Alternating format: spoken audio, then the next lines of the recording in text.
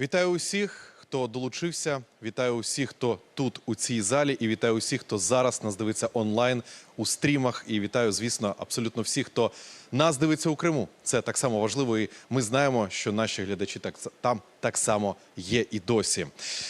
Ну що ж, 26 лютого – це день, коли Україна вшановує День спротиву окупації Криму. Автономної Республіки Крим та міста Севастополя. Ця традиція була започаткована ще у 2020 році указом президента України Володимиром Зеленським. Саме 26 лютого 2014 року вже у кримському повітрі відчувався той, знаєте, запах війни. І саме тоді вже розпочалася ця одна з найбільших проукраїнських акцій під будівлею Верховної Ради Автономної Республіки Крим. І саме там тоді прийшли ті самі проросійські сили, які і намагалися відтіснити, в подальшому відтіснили проукраїнські сили. Саме цей день так само не публічно, не офіційно, але це по факту старт репресій проти тих людей, які виступали проти окупації Криму, проти окупації Кримського півострова. Також страшно усвідомлювати, що саме сьогодні вже 10-та річниця. 10-та річниця окупації Криму. І здебільшого ми хочемо подякувати українським воїнам, які щодня, ризикуючи власним життям, працюють над звільненням Криму для багатьох, до речі, і рідного дому. І знаю, що саме серед цих військових і вони є у цій залі, тому окремо вам подяка за це. Ну і також хочу додати, що у День спротиву окупації Кримського півострова постійне представництво президента України в Автономній Республіці Крим якраз і організовує форум, сьогоднішній форум, Кримський форум 26.2.14. Для того, аби ще раз нагадати абсолютно усім, що війна почалася не 2022 року, 24 лютого. Вона почалася з окупації Криму у 2014 році. Війна почалася з окупації Криму. Війна має завершитись деокупацією та подальшою реінтеграцією Криму. Це основний і найголовніший меседж, до речі, який так само буде і на цьому форумі неодноразово сьогодні звучати. Перед тим, як розпочати наш цей форум, я так само хочу і нагадати вам, хто є організаторами цього форуму. В першу чергу, звісно, постійне представництво президента України в Автономній Республіці Крим, Кримська платформа і державне підприємство Міжнародна платформа іномовлення України. І так само важливо нагадати інформаційних партнерів, хто є учасником, співучасником, хто є безпосередньо ретранслятором, тому що в інформаційному просторі так само дуже багато, про це треба говорити кожного дня. Медіапартнери – це телеканали та інформаційні агенції, телеканал «Дім», Крим Реалії, Чорноморка, Крим Медіа, Радіо Курєш, Суспільне Крим, Голос Криму, Джемат і Кримське громадське медіа. І так само важливо нагадати, важливо подякувати за підтримку в організації Фонду партнерства задля стійкості України, який фінансується урядами Великої Британії, Канади, Нідерландів, Сполучених Штатів Америки, Фінляндії, Швейцарії та Швеції. Ну і зараз, перед тим, як розпочати вже офіційну частину цього форуму, давайте просто пригадаємо, як все відбувалося і з чого все відбувалося у 2014-му в Криму.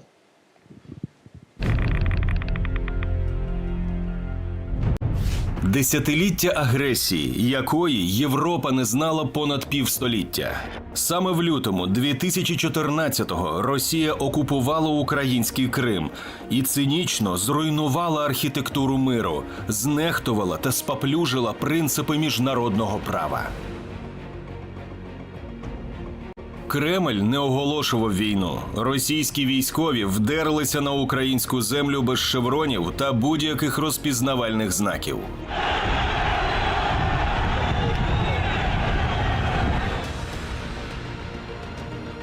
На заклик меджлісу кримсько-татарського народу тисячі кримських татар, українців та представників інших національностей вийшли на мирний протест, щоб чинити спротив російській окупації та підтримати цілісність України. Опір 10 тисяч українських патріотів став справжнім викликом для окупантів. Захоплення півострова відбулося з неймовірною швидкістю. Українські військові чинили опір, але сили були нерівні. Вже 10 років тимчасово окупований півострів живе в умовах переслідувань, тиску і безправ'я. Росія перетворила Крим на свою військову базу, ізолювала від світу та колонізувала його. Війна, яка почалась з Криму, може закінчитися лише зі звільненням Криму.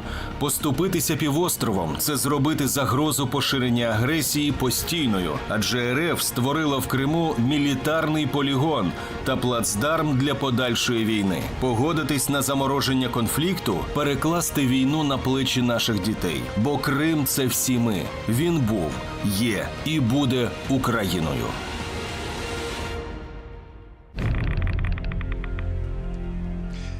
Ну і саме зараз, шановні пані та панове, будемо розпочинати наш форум. І до залу звертаюся, звісно, до усіх наших глядачів, які нині дивляться нас онлайн.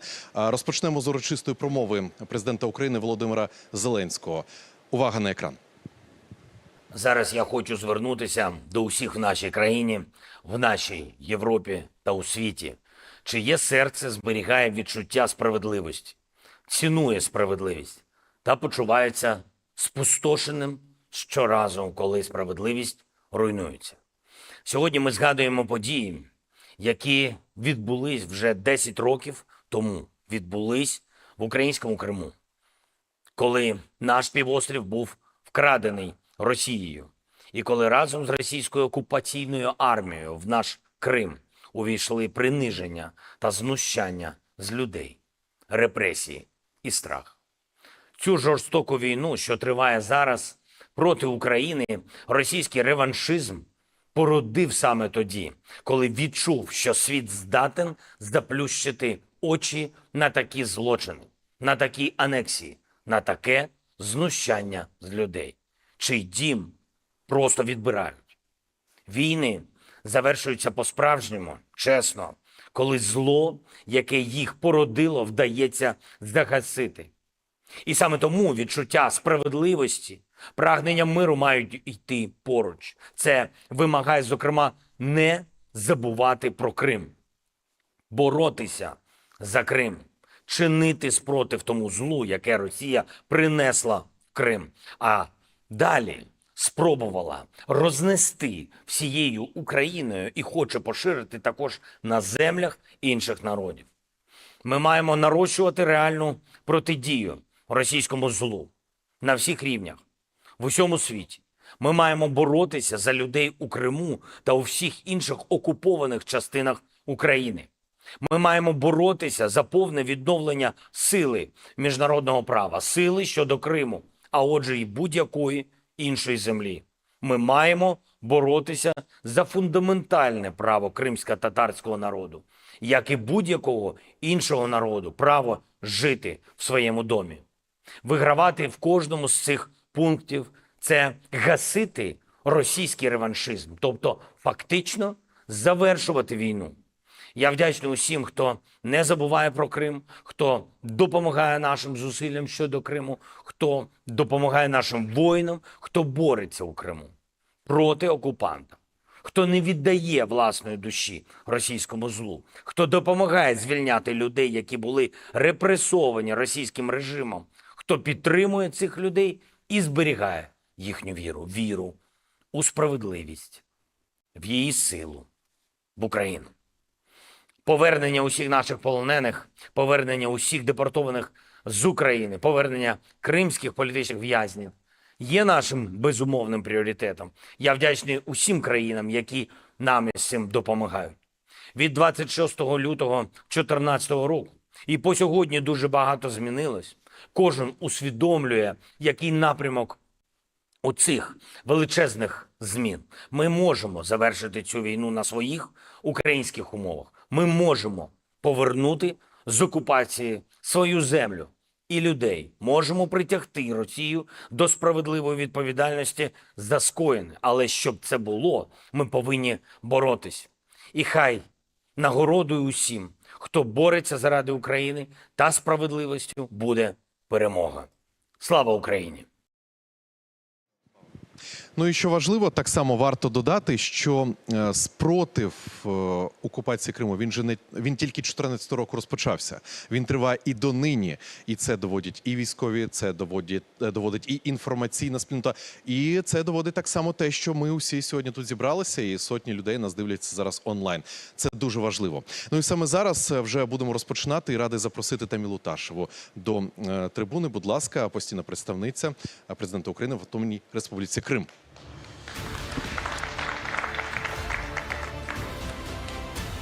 Шановні гості і учасники форуму, вітаю вас у цей важливий день, коли ми збираємось разом, щоб вшанувати День спротиву окупації Автономної Республіки Крим та міста Севастополя.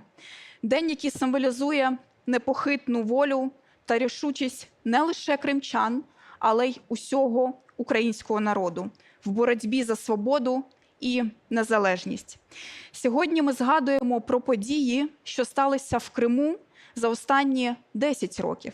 І пам'ятаємо кожного, хто боровся і продовжує боротися за правду та справедливість. За наш український Крим. Дозвольте мені спочатку висловити свою щиру подяку нашим Збройним силам України, які вже 10 років ведуть жорстоку боротьбу за нашу свободу, за те, щоб ми мали змогу залишатися державою, за те, щоб ми, власне, сьогодні змогли зібратись тут, за те, щоб ми мали право жити на своїй землі. Я рада, що частина з вас, дорогі військові, змогли сьогодні бути тут, у цьому залі. Зараз такий час, що не всі готові називати свої справжні імена, щоб не нашкодити рідним, які продовжують жити в окупації. Тому, з вашого дозволу, друзі, звернуся до декого з вас за вашими позивними. Дякую особисто Ісі Акаєву. Я дуже дякую Ігорі Мовенкові. Дуже дякую Киселю, дякую Татарину та іншим присутнім військовим, які просили не згадувати їх імен публічно. Пишаємось бути поруч з вами. Також дякую нашим медіапартнерам форуму. Це телеканал та інформаційна агенція «Дім», це Крим Реалії, які вже 10 років мовлять на окуповану територію, розповідають про правду. Це Чорноморка, це Крим Медіа, це Радіо Курєш, перший кримсько-татарський телеканал, АТР, це Крим Оперативно, Суспільне Крим, Голос Криму, Джемаат та Кримське громадське медіа. Дякую нашим невтомним донорам, які допомагають нам у забезпеченні необхідних ресурсів та підтримці для наших ініціатив. Зокрема, Фонду партнерства заради стійкості України, який фінансується урядами Великої Британії, Канади, Нідерландів, Сполучених Штатів Америки, Фінляндії, Швейцарії та Швеції, та який надав максимальне сприяння для організації цього форуму. Ваша підтримка на шляху реінтеграції та деокупації Криму дійсно є важливі для нас. Без вас би ми цього форуму не змогли провести. Також хочу висловити щиру вдячність нашим політикам. Це голова Верховної Ради України Руслан Стефанчук, пан Олександру Корнієнку, пані Ірина Верещук, представники депутатського корпусу, урядовці та усім присутнім, які навіть у такий складний та насичений графік знайшли можливість відвідати захід. Дякую Пітеру Діккенсену, Джеймсу Брауну, Рорі Фініну, які поділяться, власне, своїм досвідом сьогодні, знаннями, аналізом ситуації. Окремо дякую голові Меджлісу кримсько-татарського народу Ріфату Чубарову та, звісно, блаженнішому митрополіту Київської і всія України Єпіфанію, муфтію Духовного управління мусульман України Умма шейху Мурату Сулейманову та митрополиту Сімферопольському і Кримському Клименту за те, що ви тут сьогодні разом з нами. Дякую всім учасникам форуму, усім присутнім тут сьогодні. Ваші думки та ідеї є дорогоцінними для нас, і вони допомагають нам краще збагнути та оцінити поточний контекст та шляхи подальших дій.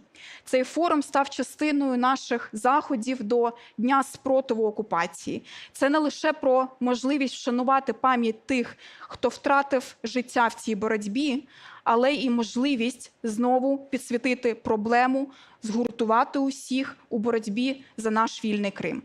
Дозвольте мені також звернутися до кожного присутнього в цьому залі.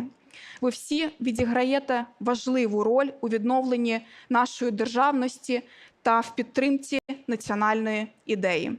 Ваша присутність тут сьогодні демонструє вашу відданість і рішучість у нашій спільній справі. І нарешті хочу відзначити тих, кому ми не можемо дати слово, але чиї голоси не менш важливі.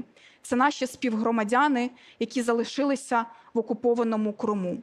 Ми пам'ятаємо вас, ми вас не забудемо, і ми робимо все можливе, щоб ваш голос був почутим. Разом ми сильніші, разом ми відстоїмо нашу свободу і незалежність. Нехай цей форум буде початком нових досягнень і перемог у нашій боротьбі. Слава Україні! Дякую. Чохсалнес, дякую дуже. Ну і зараз запрошую Руслана Стефанчука, голова Верховної Ради України. Будь ласка.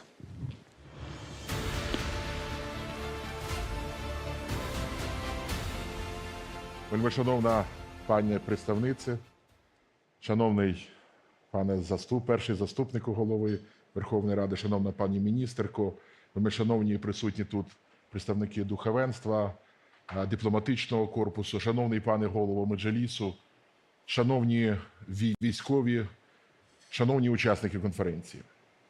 Насамперед, я хочу відмітити, що саме 26 лютого ми віддаємо шану усім тим, хто чинив супротив та продовжує боротись проти російської окупації Автономної Республіки Крим і міста Севастополя. Війна розпочалася 10 років тому. Війна розпочалася в українському Криму, де російські окупаційні війська вперше незаконно вступили на українську землю. В цей день, 26 лютого, громадяни нашої держави зібрались на головній площі Сімферополя, щоб сказати «ні» окупації та підтримати територіальну цілісність України. Саме так починався супротив. Тоді ми ще не уявляли, на що здатна Росія заради імперських марив її режиму. Але дуже скоро стало зрозуміло, що росіяни готові на все. Міжнародне право і права людини перестали існувати на території півострову. За роки окупації Крим, на жаль, став територією безправ'я. Незаконні затримання, обшуки, вбивства, зникнення людей, безпідставні засудження за сфабрикованими звинуваченнями, тотальне обмеження громадянських і політичних прав, свободи слова, зібрань і цілої низки інших можливостей кожної нормальної людини. Окупаційна влада витіснила з півострова всі незалежні ЗМІ, незалежних журналістів та правозахисників. Зрозуміло, що головною метою репресивної політики окупаційної влади було придушити будь-які рухи, спільноти чи навіть окремих громадян, активістів чи журналістів, що не визнавали російську окупацію. В результаті цієї послідовної політики окупаційної влади став масовий від'їзд з півострову громадян України з Криму. Особливо вразливою групою в Криму є кримськотатарська спільнота, яка в переважній більшості виступила проти російської окупації. Заборона Меджлісу, вбивства, викрадення та ув'язнення його лідерів та діячів, та й загалом системний тиск на всю кримськотатарську громаду – це та реальність, яка існує на цій землі вже довгих 10 років. Попри це, супротив не припинявся жодного дня. Навіть протягом останніх 2 років, коли російський режим набув всіх ознак тоталітарного та кидає людей за грати за найменші прояви незгоди, в українському Криму є люди, які не бояться висловлювати свою позицію і відтак наближати деокупацію своєї батьківщини. Шановні друзі, я схиляю голову перед їх мужністю та вірою, що їх зусилля є ще однією важливою частиною нашого суспільного супротиву і нашого спільного внеску у перемогу. Шановні колеги, давайте будемо відверті. Відповідь світу на окупацію українського Криму та Донбасу не була достатньою. Не була достатньою для втримання кремлівського режиму від наступних більш агресивних кроків. Окупація Криму та спроба його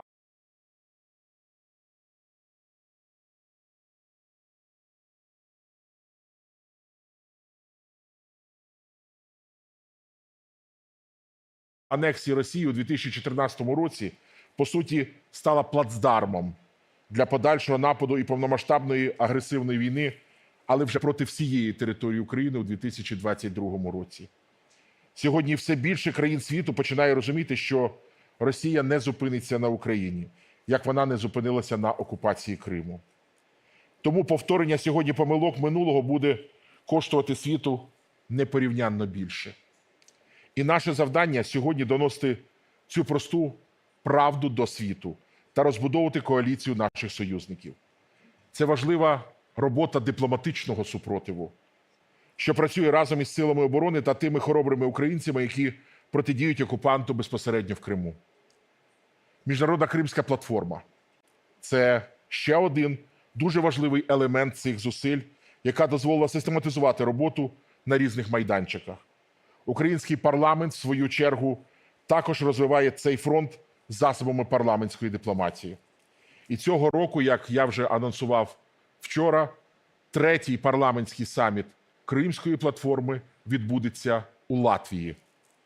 Дорогі друзі, з початку повномасштабного вторгнення Сили оборони України вивели з ладу близько 33% бойових кораблів Чорноморського флоту Російської Федерації. Нам вдалося розблокувати зерновий коридор.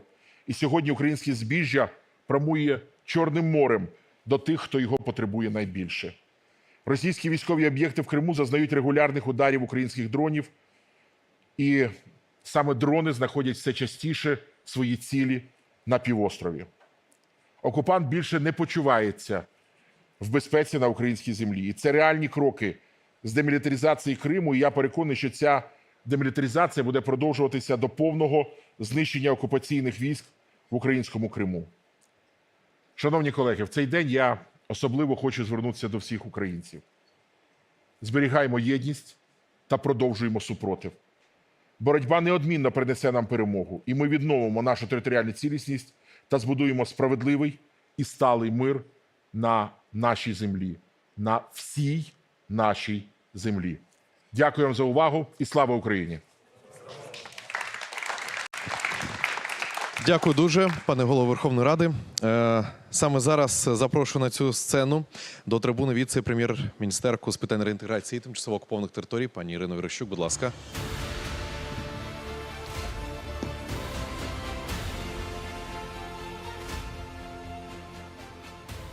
Ваша Ексцеленція, шановний пане Рефате, шановні колеги, шановний пане Мартіне, я вдячна, що ми сьогодні тут.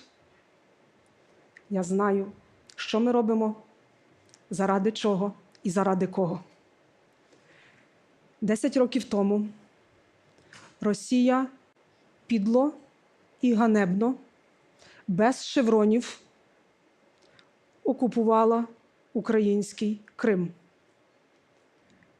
Попри грудень 1991 року, коли Росія одна з перших визнала український референдум про незалежність, український суверенітет та незалежність української держави. Попри 1997 рік, коли Росія ратифікувала всеохоплюючий і всеоб'ємний договір про дружбу між Україною та Росією. Попри 2003 рік, коли Росія визнала українські кордони і демаркувала українсько-російський кордон. Попри всі договори, які були підписані і ратифіковані, попри всі запевнення у непорушності українських кордонів, у підтримці міжнародного гуманітарного права і всіх конвенцій. Всупереч здоровому глузду, не кажучи про мораль, її ніколи там не було і, на жаль, немає. Росія відчуваючи безкарність, відчуваючи слабкість, як вона думала і досі, на жаль, думає, західного світу, Росія зважилась зайти в український Крим і анексувати його. А потім було 24 лютого 22 року. Росія, відчуваючи безкарність, продовжила свою агресію, напавши на всю Україну – Київ, Львів, Дніпро і всі решта міста та села нашої держави. Ми знаємо, що таке окупація, як держава, як нація, як політична нація. Не один десяток і не одну сотню років. Але в нас є приклади, коли невизнання світом окупації, до прикладу Балтійських країн під час їхньої окупації Радянським Союзом, привели до бажаного результату, до розпаду Радянського Союзу і до незалежності держав, в тому числі України, в тому числі Литви, Латвії і Естонії, в тому числі решти держав, які сьогодні, частина з них уже в Європейському Союзі і у НАТО. Які уроки ми з вами, шановні колеги, можемо винести з цього? Боротись. Боротись і не здаватись. Вірити в те, що ми робимо. Вірити, як вірить наш президент. Вірити, як вірять тут сидячі. Вірити, як вірить Великобританія, допомагаючи нам на морі. Пане Мартіне, в вашій особі я хочу дуже подякувати нашим союзникам та партнерам з Великобританії. Наша перемога у Криму буде вашою перемогою. Крим ніколи не є і не буде російським. Крим не буде мілітарно загрожувати світові. Крим не буде націлювати ядерну зброю на демократичні, незалежні європейські держави.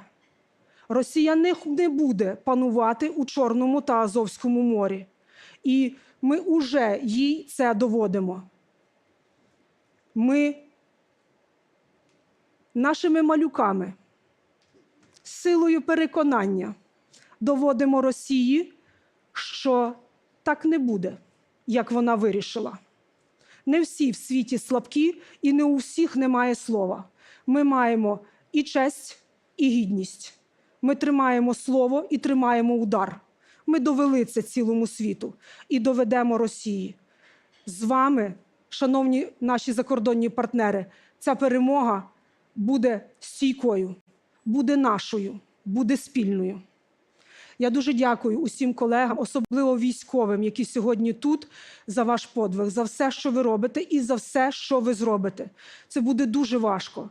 На сьогодні це здається майже неможливо, але я знаю, що це не так. І українці знають, що це не так. І кримські татари знають, що це не так.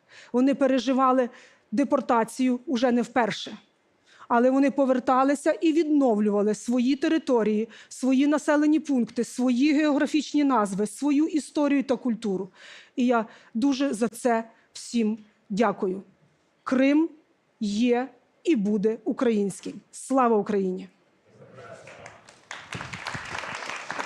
Дякуємо дуже. Дякую. Ну і саме зараз запрошуємо до трибуни. Пані Ірина вже анонсувала нашого наступного спікера Мартін Гарріс, надзвичайний повноважний посол Сполученого Королівства Великої Британії та Північної Ірландії в Україні.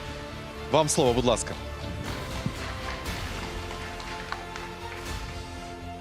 Дуже дякую вам. Для мене це дуже великий честь бути тут сьогодні з вами. І як пан віце-прем'єр вже помітила, питання дезокупації Криму – це питання, міжнародне питання. То я продовжую мою промову з мовою міжнародної дипломати, то є англійською. Madam Tasheva, Пані Ташева, шановні гості, члени Збройних сил України, пані та панове, це велика честь для мене бути тут з вами на Кримському форумі в день спротиву окупації Криму. Сьогодні ми вшановуємо пам'ять 10 років спротиву, українського спротиву російській незаконній анексії Криму. 10 років тому 15 тисяч українців вийшли на вулиці, щоб протестувати проти російської агресії. І навіть незважаючи на загрози з боку російських збройних сил, незважаючи на ув'язнення, їх спротив продовжувався. І навіть незважаючи на загрозу переслідування і загрозу життю, українці в Криму все ще дотримуються своїх традицій, вони співають українські пісні, в них є українська символіка, і вони висловлюють протест російським окупантам. Ми пам'ятаємо і ми продовжуємо, нас продовжує надихати їхня хоробрість, їхня воля до свободи і їхня відданість Україні, українському Криму. З 2014 року люди Криму, на них відчували на собі тягар російської окупації, переслідування, обмеження громадянських прав і свобод з боку окупаційної влади. Незважаючи на спроби зруйнувати їхню ідентичність, ми знаємо, що українці не здаються. Ми знаємо, що одного дня Крим буде звільнено. Британська підтримка Криму незмінна, і протягом десятиліть ми працювали з громадянськими організаціями для того, щоб документувати ці злочини. Ми допомагали в кампаніях зі звільнення політичних в'язнів, і ми продовжимо цю роботу, доки всі вони не будуть звільнені. Ми працювали з українським урядом та міжнародними партнерами для введення санкцій проти Росії та притягнення злочинців до відповідальності.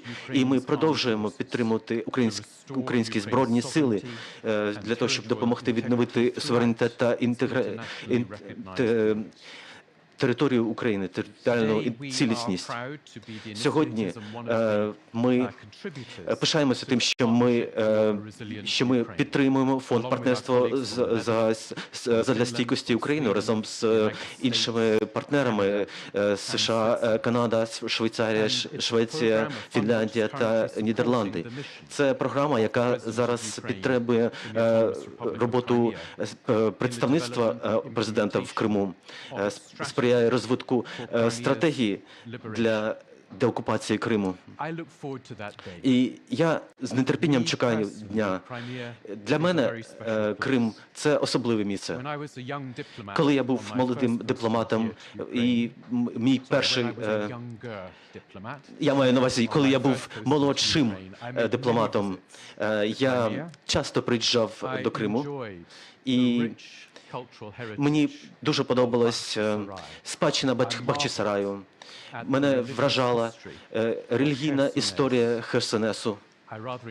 І мені подобалось море біля Батіліману. Я знаю, що Крим – це особливе місце, особлива частина України. І сподіваюся, що цей Кримський форум буде нагадуванням всім тим людям, які живуть в Криму, про те, що світ пам'ятає про їхні страждання, що ми продовжуємо підтримувати Україну для того, щоб для деокупації Криму. Дякую ще раз за те, що запросили мене на цей важливий захід. Крим – це Україна. Слава Україні! Я би підкреслив дуже важливі подібні виступи, подібного характеру, тому що, як ми знаємо, від міжнародних партнерів залежить не лише економічна, фінансова, а ще й політична підтримка, яка тримає в тому числі дух українців для звільнення, деокупації, подальшому реінтеграції Криму. Дякую дуже. Рифат Ачубаров, голова Меджлісу кримськотатарського народу. Я вас запрошую до слова, будь ласка.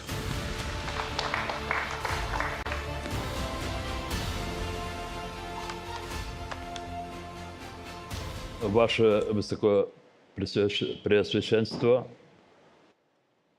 пане перший заступник Голови Верховної Ради України, пані постійне представництво президента в Автономній Республіці Крим, пані віце-прем'єр уряду України, віце-прем'єр-міністр уряду України, шановні і достойні учасники форуму. Захоплення Криму у 2014 році планувалося Росією як початок встановлення контролю над усією Україною. Вторгнення Росії до Криму готувалося роками. Від системної зачистки інформаційного простору і інфільтрації російських агентів в органи державної влади та управління до демонізації кримськотатарського народу.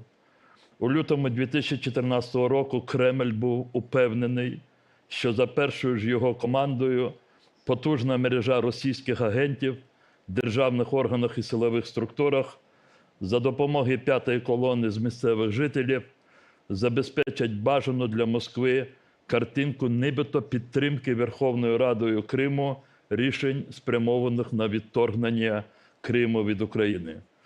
26 лютого 2014 року близько 20 тисяч учасників всекримського мирного мітингу на підтримку територіальної цілісності України, зорганізованого Меджлісом кримськотатарського народу, своєю рішучістю і мужністю зірвали плани Кремля, підтвердивши на весь світ, що Крим є невід'ємною складовою частиною України та батьківщиною кримськотатарського народу. На жаль, громадянське суспільство Криму, яке 26 лютого 2014 року дало гідну відсіч кремлівським агентам, так і не дочекалось рішучих дій правоохоронних та спеціальних структур України, спрямованих на захист державного суверенітету України.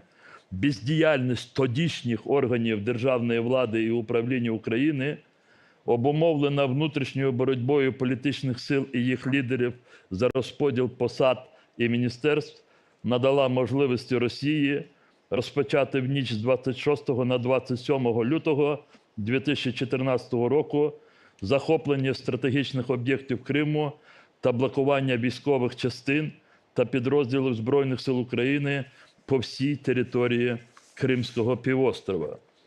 За 10 років окупації Росія перетворила Крим на суспільний військовий плацдарм, де відбуваються масові злочини проти жителів Криму, зокрема вбивства, насильницькі зникнення, політично мотивовані переслідування, посягання на інші основні свободи, включаючи свободу висловлювання думок, свободу релігії або переконань. Російські окупанти піддають цілеспрямованому переслідуванню кримськотатарський народ, корінний народ Криму, здійснюють політику, спрямовану на штучну зміну демографічного та етнічного складу населення Криму, що є військовим злочином. З 24 лютого 2022 року Російська Федерація використовує територію окупованого Криму для ведення повномасштабної війни на території материкової частини України. Кримський півострів перетворено на прифронтову територію, внаслідок чого виникли нові загрози для життя та здоров'я його мешканців. Насильницька мобілізація жителів окупованого Криму до російської армії стала ще одним міжнародним злочином, що вчиняються Росією на півострові. Проте 10 років тимчасової окупації Криму не зламали волю кримськотатарського народу і значної частини жителів Криму різних національностей.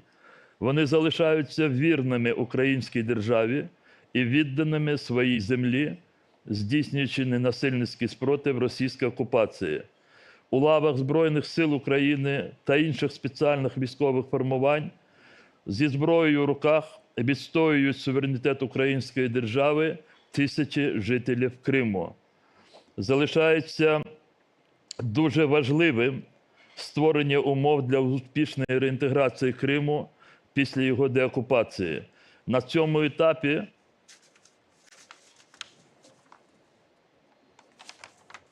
Дуже важливими будуть правові умови та механізми, що визначатимуть майбутнє Криму, його корінних народів та всіх громадян України, що житимуть на півострові.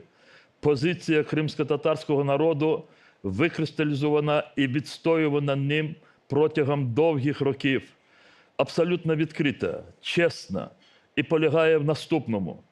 Кримський півострів є невід'ємною складовою частиною України, а створені на його території Автономна Республіка Крим і Севастополь підлягають трансформації в національно-територіальну автономію, яка здійснюватиме повноваження, визначені Конституцією України і забезпечуватимуть непорушність територіальної цілісності Української держави, реалізацію корінним кримськотатарським народом права на самовизначення, рівні права і свободи людини і громадянина, сталий розвиток Кримського півострова. З нагоди Дня спротиву російської окупації Криму від імені Меджлісу кримськотатарського народу звертаюся зі словами особливої вдячності до всіх військовослужбовців Сил оборони України, які своєю мужністю та самовідданістю наближають час визволення Криму. Висловлюю шану та підтримку кримськотатарському народу, етнічним українцям, всім жителям тимчасово окупованого Криму, окремо мужнім політв'язням, всім, хто зберігає вірність українській державі. Меджліс кримськотатарського народу і далі здійснюватиме всі можливі від нього дії, що сприятимуть якнайшвидшому звільненню Криму від російських загарбників. Крим – це Україна. Слава Україні! Дякую, Рефат Ага. Саме зараз до слова запрошується митрополит Київський і всієї України Епіфаній, представитель Православної церкви України. Вам слово, будь ласка.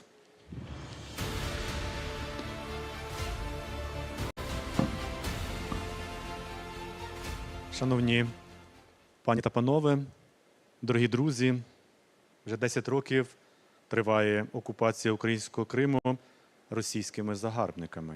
І серед численних злочинів, які вчинені окупантами за цей час, є також цинічне і свідоме порушення права на свободу совісті та віросповідання.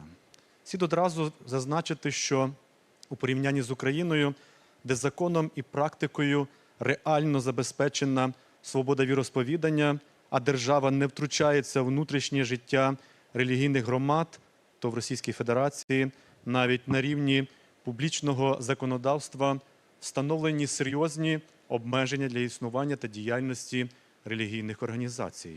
Без реєстрації така діяльність неможлива.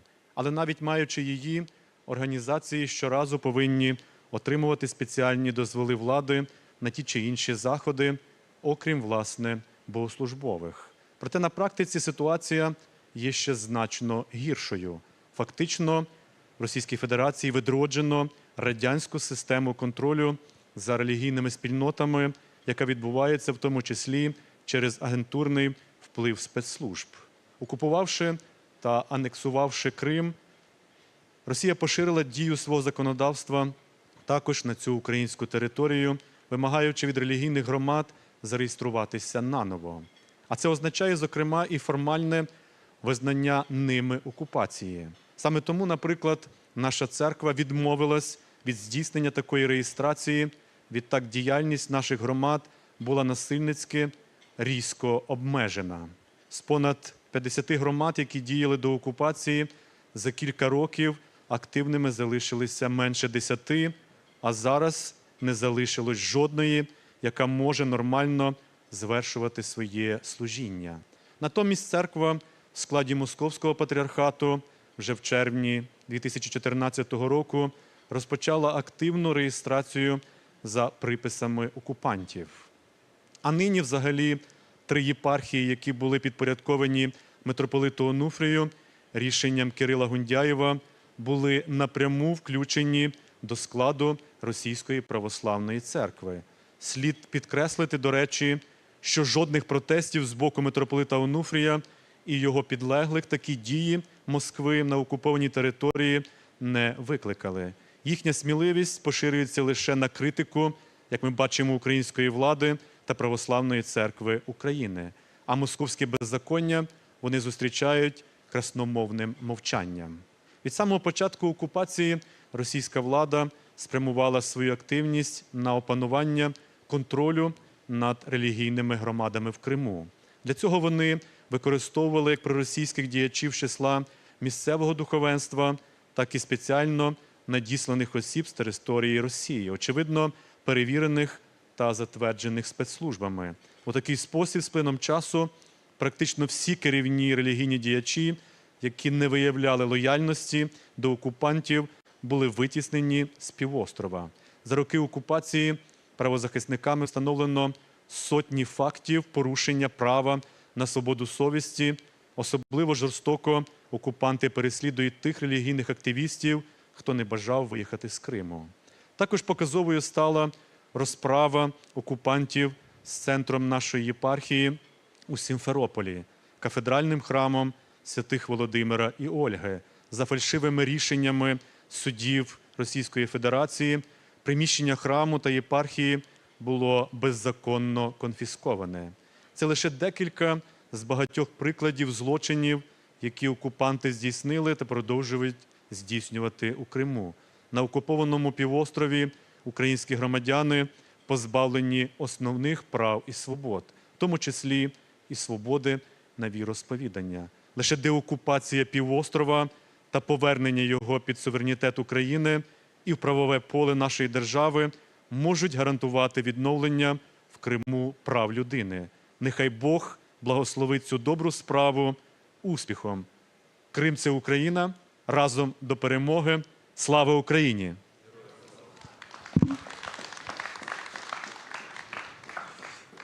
Дякую вам дуже. Ну що ж, ми від початку вступних слів будемо переходити далі вже до початку форуму. Я принагідно нагадаю, що наша перша панель матиме назву «Крим і формула миру». І чому деокупація півострова – це не тільки про безпосередньо територіальну цілісність України. Дуже багато важливих меседжів прозвучало.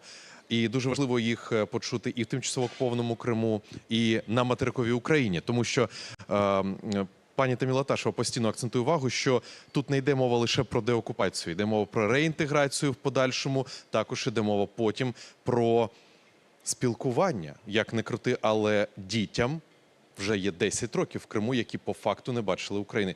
І я вам окремо за ці слова дякую, це дуже важливо.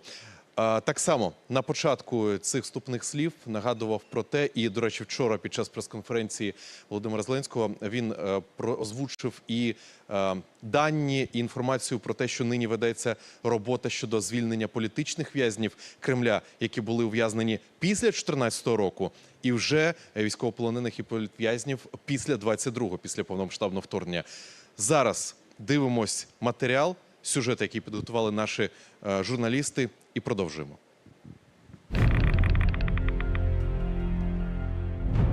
Мені щойно продовжили на 2 місяці термін утримання під вартою.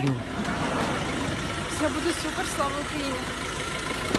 Леніє Умерова, кримська татарка.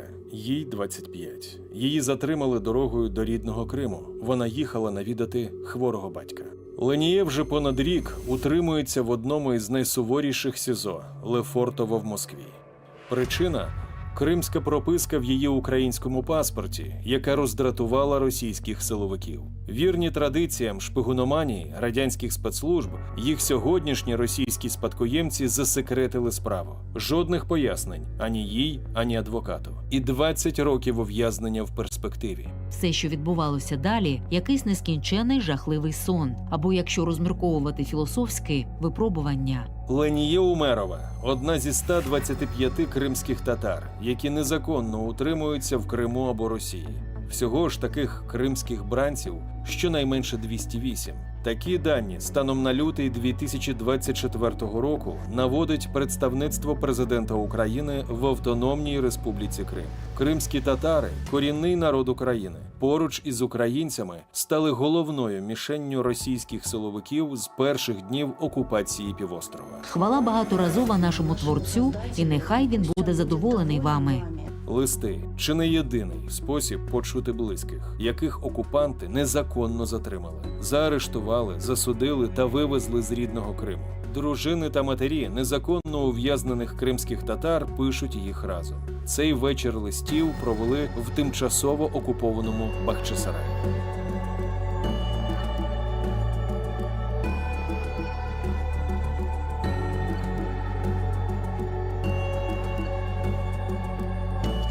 У 2020 році військовий суд у російському Ростові-на-Дону засудив Сейрана Салієва до 16 років позбавлення волі. Мені так тепло від того, що в колонії мене називають Кримом. Це певний зв'язок із Кримом. Постукали додому, сказали, що поліція. Дали час, щоб одягнутися, та зайшли. Нічого не пояснювали. На всі запитання відповідали, що скоро підійдуть, вам усе пояснять. Так відбувався незаконний обшук у домі імама Ізмаїла Юрдамова. Вночі, без пояснень, перевернули до гори дригом весь дім і забрали батька.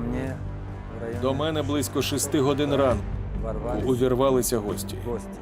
Зрештою, вони залишили статтю «Незаконна місіонерська діяльність». Шпигунство, незаконна діяльність, участь у заборонених в Росії організаціях, так звана дискредитація російської армії. Так зване російське правосуддя штампує надумані звинувачення та дискримінаційні, політично вмотивовані статті усім кримським політв'язням.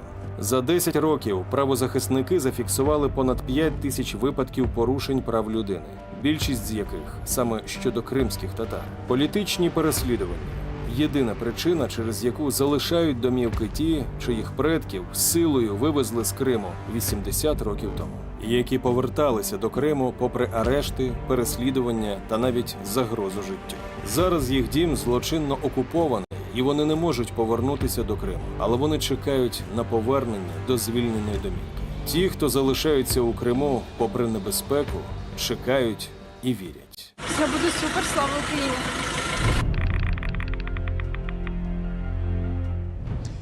Такі слова вони надихають. І, до речі, так би мовити, відводку від цього сюжету зроблю, посилаючись на президента України, його вчорашні слова.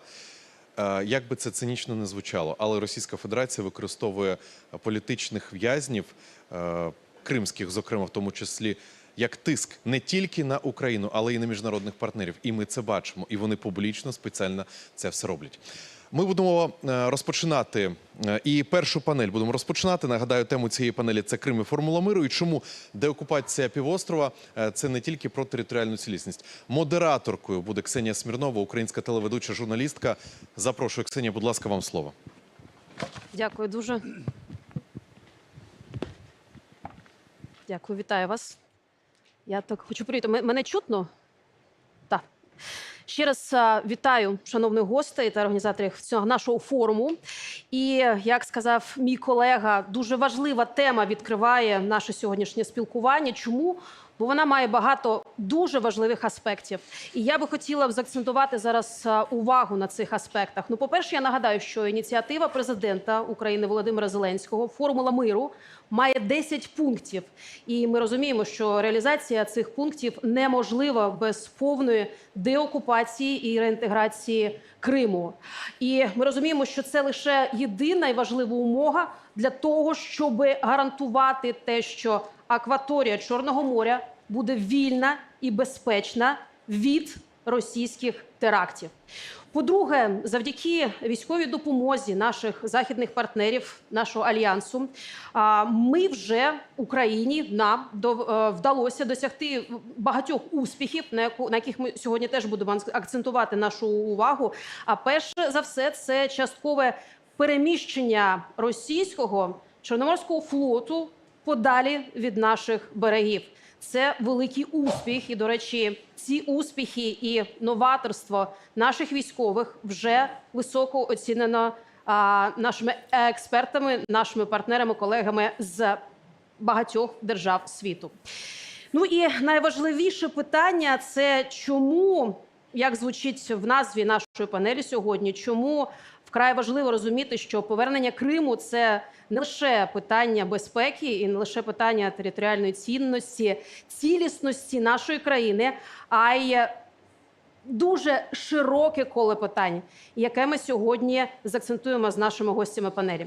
Тож, головне, хотілося б почути, але розуміємо, що це можливо в далекому майбутньому, але станеться так. І ми побачимо, що цивільні кораблі з зерном, сировиною, продовольчими товарами знову зможуть вільно пересуватися акваторією Чорного моря. Як це буде відбуватися, коли і завдяки чому, зараз дізнаємось завдяки нашим гостям, і я рада представити спікерів нашої панелі. Отже, Олександр Корнієнко, перший заступник голови Верховної Ради України. Доброго дня. Дмитро Клименков, заступник міністра оборони України. Микола Точицький, заступник міністра закордонних справ України. Пітер Дікінсон, редактор блогу Ukraine Alerts of Atlantic Council, видавець журналу Business Ukraine. Раді вітати. Джеймс Браун, професор політології та координатор спеціальності міжнародні відносини Університету Темплу Японії, який доєднається до нас онлайн вже згодом. І спочатку хочу зазначити, що, на жаль, до нашої дискусії особисто не зміг доєднатися, особисто приєднатися Андрій Єрмак, керівник Офісу Президента України, але в нас є змога почути його пряму мову, тож давайте розпочнемо саме з цього виступу. Прошу. Шановні колеги, друзі, для мене честь і задоволення виступати тут. Сьогоднішній захід не лише символічний, не лише пам'ятний. Він не лише про минуле. Цей трагічний ювілей – час скорботи. Але водночас це час віри, час надії, час дії заради майбутнього. І ми знаємо, Україна вистоїть. І Крим знову стане вільним. Це неминуче. Адже примус ніколи не замінить свободу. І крадене ніколи не стане твоїм. Дуже показово, що перша медаль, яку країна-агресор впровадила, щоб відзначити своїх воєнних злочинців, це медаль за возвращення Крима. Російська пропаганда завжди міняє місцями чорне і біле. От і тут захоплення всупереч міжнародному праву вони назвали поверненням. У своїй хворобливій фантазії вони порушують навіть власну логіку.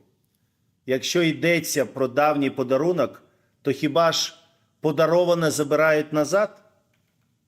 Втім, коли одна брехня суперечить іншій, вони не породжують правду. Розкажіть про це повернення тим, кому Крим справді належав споконвік.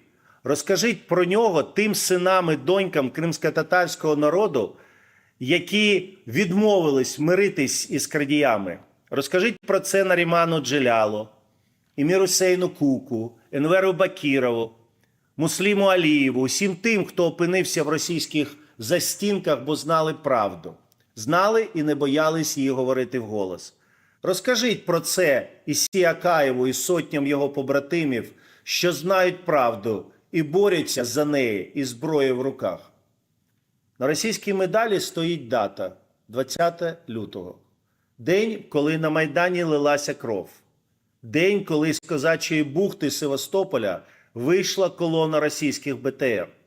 День, коли з Тольятті до Криму почали перекидати окрему бригаду спецпризначення ГРУ. На жаль, ні тоді, ні потім тодішня українська влада не зробила нічого, щоб дати рішучу відсіч агресору. Вони гаяли безцінний час і покірно спостерігали, як російський молох жере квітучий півострів та його привітних людей. Однак патріоти не знають слова «покора». Саме вони 26 лютого, 10 років тому, вийшли на вулиці. Ця акція єдності в Акмесджиті показала, чого насправді хочуть мешканці Криму. Якої долі вони прагнуть для себе і своїх дітей. Агресор зробив усе, щоб вони замовкли. Світ тоді промовчав. Що було далі, ми всі добре знаємо. Війна, що впливає на цілий світ, почалася з Криму. І шлях до її закінчення лежить через Крим. Президент Володимир Зеленський першим заявив про це гранично чітко. І він же став ініціатором комплексної реформи підходів до цієї проблеми як у внутрішній політиці, так і в зовнішній. Кримська платформа стала потужним засобом просування проблеми звільнення Криму в усьому світі. Низка послідовних законодавчих кроків формує юридичну базу для захисту народів півострова. Це і закон про корінні народи, і консультативна рада з питань деокупації та реінтеграції, і багато інших ініціатив. Тема Криму сьогодні не сходить з міжнародного порядку денного. Він є скрізь.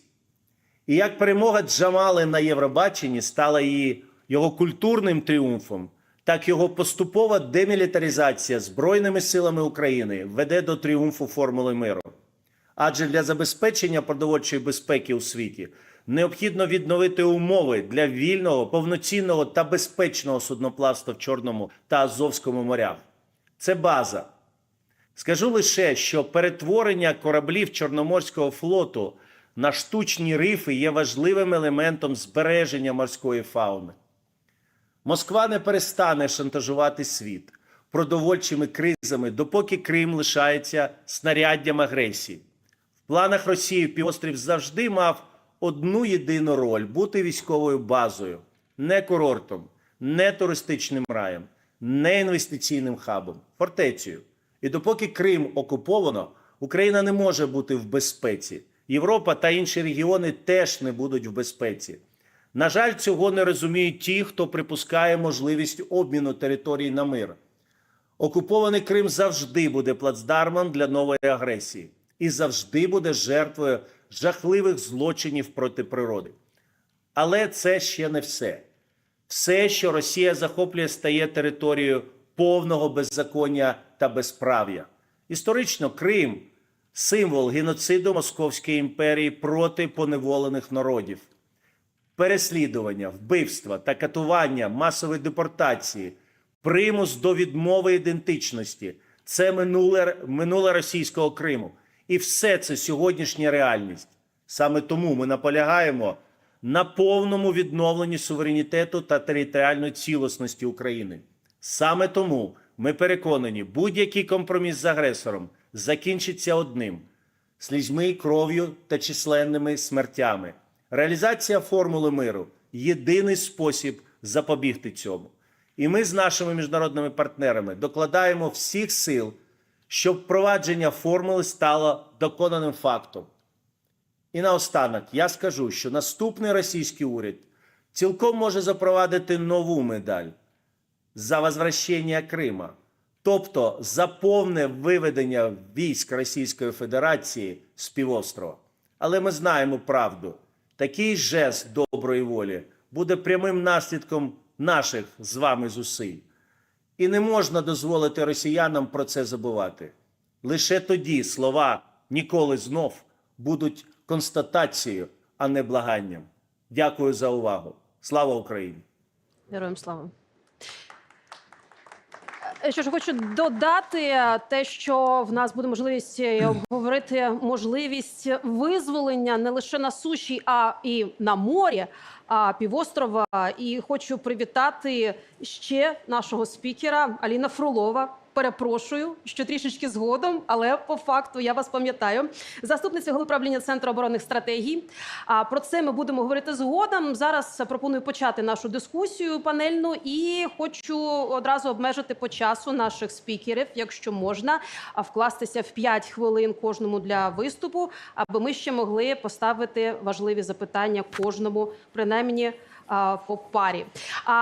Якщо трішечки будете перевищувати ліміт, я заздалегідь перепрошую, що я вимушена буду вам нагадувати про години. Дякую вам. І почнемо тоді, я так розумію, з дуже важливого аспекту. Ми знаємо, що є одна така потужна зброя в нас, одна з – це дипломатія. І важливо, що ця дипломатія має працювати на всіх рівнях. І один із рівнів – це безпосереднє спілкування з парламентами країн світу, які підтримують Україну в цьому питанні. Тому перше слово ми надаємо Олександру Корнієнку, першому заступнику голови Верховної Ради України. Прошу, пане Олександре. Дякую. Чутно? Чутно.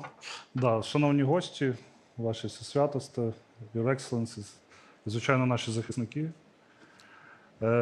Я хотів би, напевно, почати з того, що, на жаль, для багатьох і парламентів, і просто колег політичних наших counterparts, да, партнерів в усьому світі, на жаль, багато з них усвідомили, що Крим анексовано, окуповано тільки після 24 лютого. Тому що це була така зручна тема для того, щоб її не помічати. І про неї не говорити, і робити вигляд, що якось воно так сталося, щось там була якась в Україні нерозберіха, якийсь Майдан, якась революція, а потім якось всі прокинулися, 1 березня вже Крим анексовано. От якось вони всі дуже мало знали і мало розуміли ті події, які відбувалися навесні 2014 року, а відповідно ніхто не аналізував, ну, давайте щиро, глибоко причини цього. Дуже мало людей в світі, одиниці знають про Тузлу, наприклад. Таке словосполучення. Хоча ми пам'ятаємо, що це історія ще, я вибачаюсь, 2002, здається, року, да? Другого, да. Зовсім ніхто не знає таке прізвище, як Мішков, яке тут, шановна аудиторія, впевнений, добре пам'ятає. Да? І ті всі речі, які відбувалися там ще в 92-му році, 93-му. Да? Дуже мало людей розуміє передумови, чому в Конституції України все-таки автономна республіка з'явилась Крим, да? Як це з'явилось. Ми це все пояснюємо, розповідаємо. І, звичайно, ну, враховуючи, що країна-агресор і її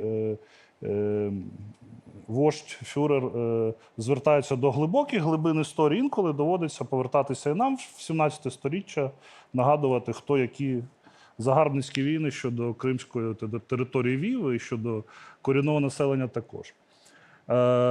Зрозуміло, що тут є шлях, ми його проходимо. Звичайно, наші партнери ключові, західні країни, вони з нами ближче, більше в цьому. І та величезна явка, зокрема, країн на Кримську платформу, про яку говорив і голова Верховної Ради сьогодні, це свідчення цього. Більше 80 країн вже приймає участь, так чи інакше. І в саміті, ну, досить високе представництво. В парламентському саміті, здається, більше 40 перших осіб було. Це і голови парламентів, перші заступники.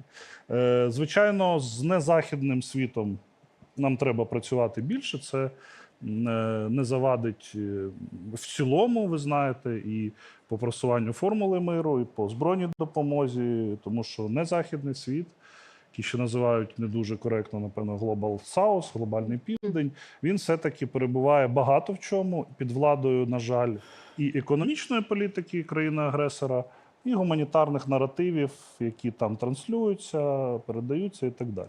Що точно нам допомагає, наприклад, працювати з цими темами в країнах Африки, в країнах Азії, в країнах Латинської Америки, це питання того, що грубе анексування територій, воно не сприймається в світі, навіть з урахуванням тієї ситуації, що вони можуть бути більш сприятно ставитись до там, Росії і так далі. Але розуміючи, що це частина суверенна території України, це вже, здається, всі зрозуміли.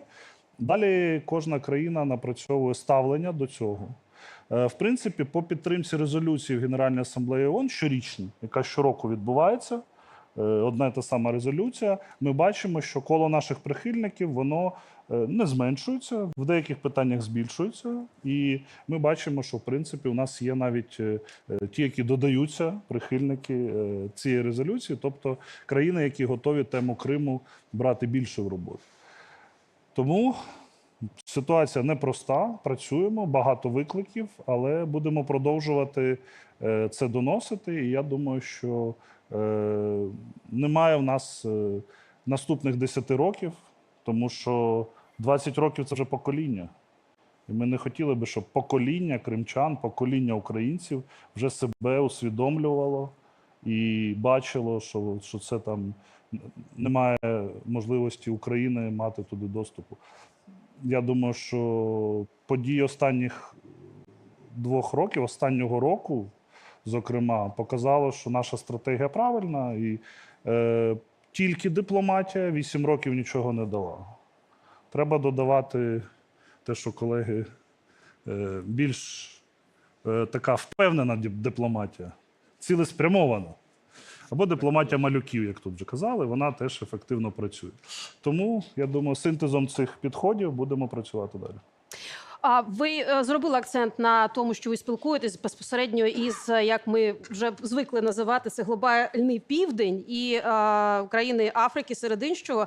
Тоді я трішки зміню акцент. Я розумію, що в принципі всі парламенти держав, вони не є однорідними. Є різні представники різних політичних поглядів, життєвих поглядів. От мені цікаво, наскільки вам вдається знайти спільну мову із тими, хто до сих пір, вже майже 3-й рік війни пішов, вагаються в своїх рішеннях, в прийнятті спільних рішень. З якими меседжами ви до них звертаєтеся, аби переконати? Тому що навіть спілкуючись з депутатами Європейського парламенту рік тому, мені сказали, що такий ефективніший засіб – це привозити їх сюди, і демонструвати, а особливо під час повітряної тривоги, то щоб вони на собі відчули, що насправді відбувається, відчувають українці кожного дня. Чи є у вас переконливі меседжі, які ви вибудували за ці 2 роки?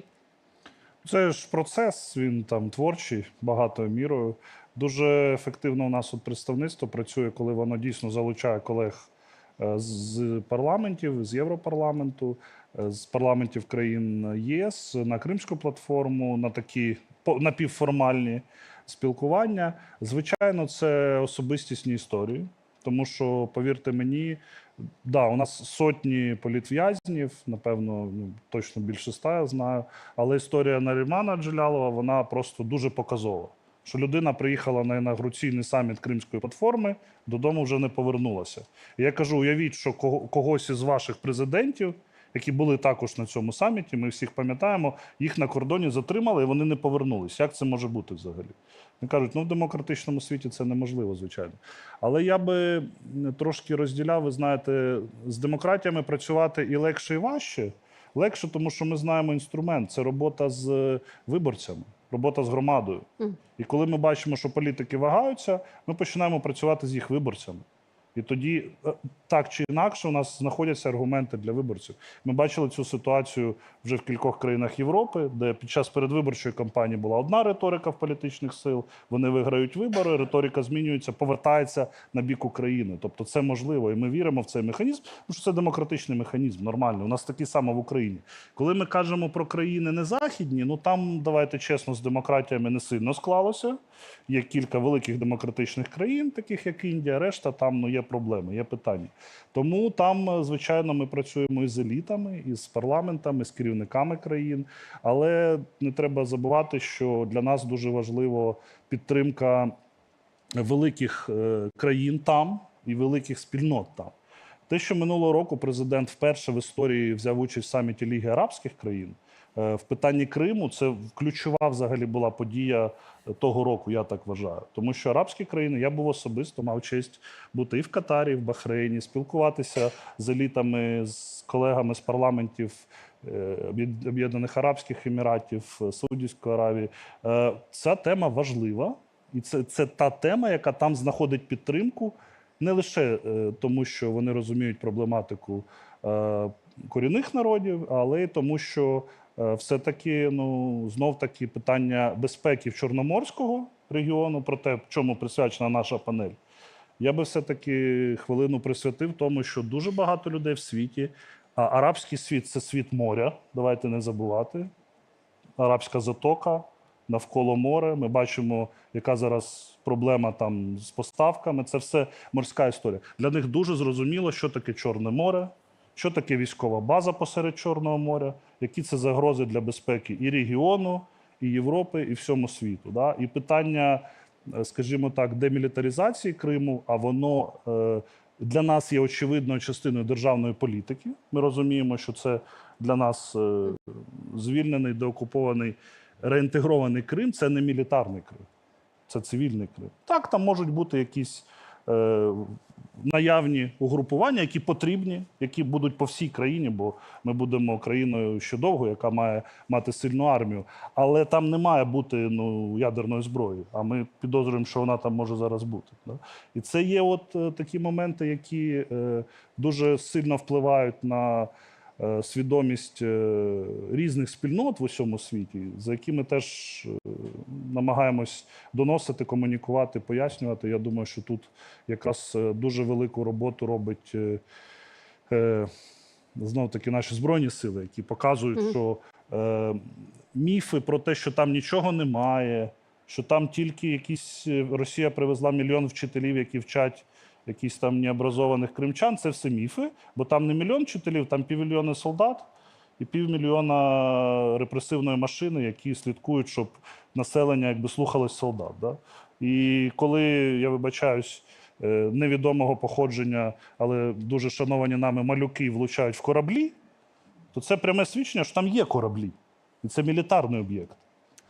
Дякую. Дякую, Олександре. Ну, до речі, дійсно про такі прагматичні аспекти, які можуть зацікавити в цій ситуації країн, які дуже далекі від наших кордонів, і вони поки не відчувають на власному досвіді і на власних втратах. Ну, давайте будемо чесними, і фінансових теж. Те, що відбувається зараз в країні, складно до них достукатись, тому, можливо, і приклади військових перемог і військових високих результатів на морі, вони теж мають бути переконливими, їх мають чути, їх мають бачити, і вони мають надихати наших партнерів. Тому паралельно з парламентською активністю впроваджується в нас як військова стратегія щодо обезпечення акваторії Чорного моря від російських терактів, як вже зазначила, так і безпосередні дії щодо майбутнього визволення як анексованої, так і тимчасово окупованих територій. Саме про це зараз піде мова. Я прошу до слова Дмитра Клименкова, заступника міністра оборони України. Прошу вас. Доброго дня. Чутно, да? Від наполегливої дипломатії до переконливої дипломатії переходимо. Шановні гості Кримського форуму, 10 років Росія здійснила тому назад, здійснила акт агресії, який порушив міжнародне право та принципи суверенітету. Війна Росії проти України та українського народу – це приклад нескрізного порушення міжнародного порядку, який потребує рішучої реакції міжнародної, безумовно, спільноти та послідовних кроків з використання як юридично-правових, так і військових, звісно, інструментів. Україна віддана принципам демократії, прав людини та міжнародного права і не погодиться на порушення цих правил. Хочу наголосити, Крим завжди був, є невід'ємною частиною України. Відновлення контролю над Кримом – це стратегічне завдання для України з огляду національної безпеки та територіальної цілісності нашої держави. Це також обов'язок перед тими сім'ями, які століттями жили в Криму і навіть після російської депортації повернулися в рідні края, бо люблять свою землю і хочуть, щоб їхні діти, і внуки, і нащадки жили на землі своїх предків. Крим має великий потенціал для розвитку та процвітання. Його повернення під контроль України сприятиме економічно, соціально та культурному розвитку регіону. Підтримка кримськотатарського народу, який став жертвою окупації, є важливим аспектом боротьби за відновлення справедливості та демократії в регіоні. І безпека в Чорному морі як пріоритет для України та міжнародної спільноти, оскільки цей регіон відіграє стратегічну важливу роль у забезпеченні енергетичної, продовольчої безпеки та торгівлі в цілому світі.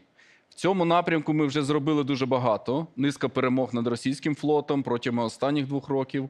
Це те, що вже увійшло в підручники, скажімо так, з військової справи.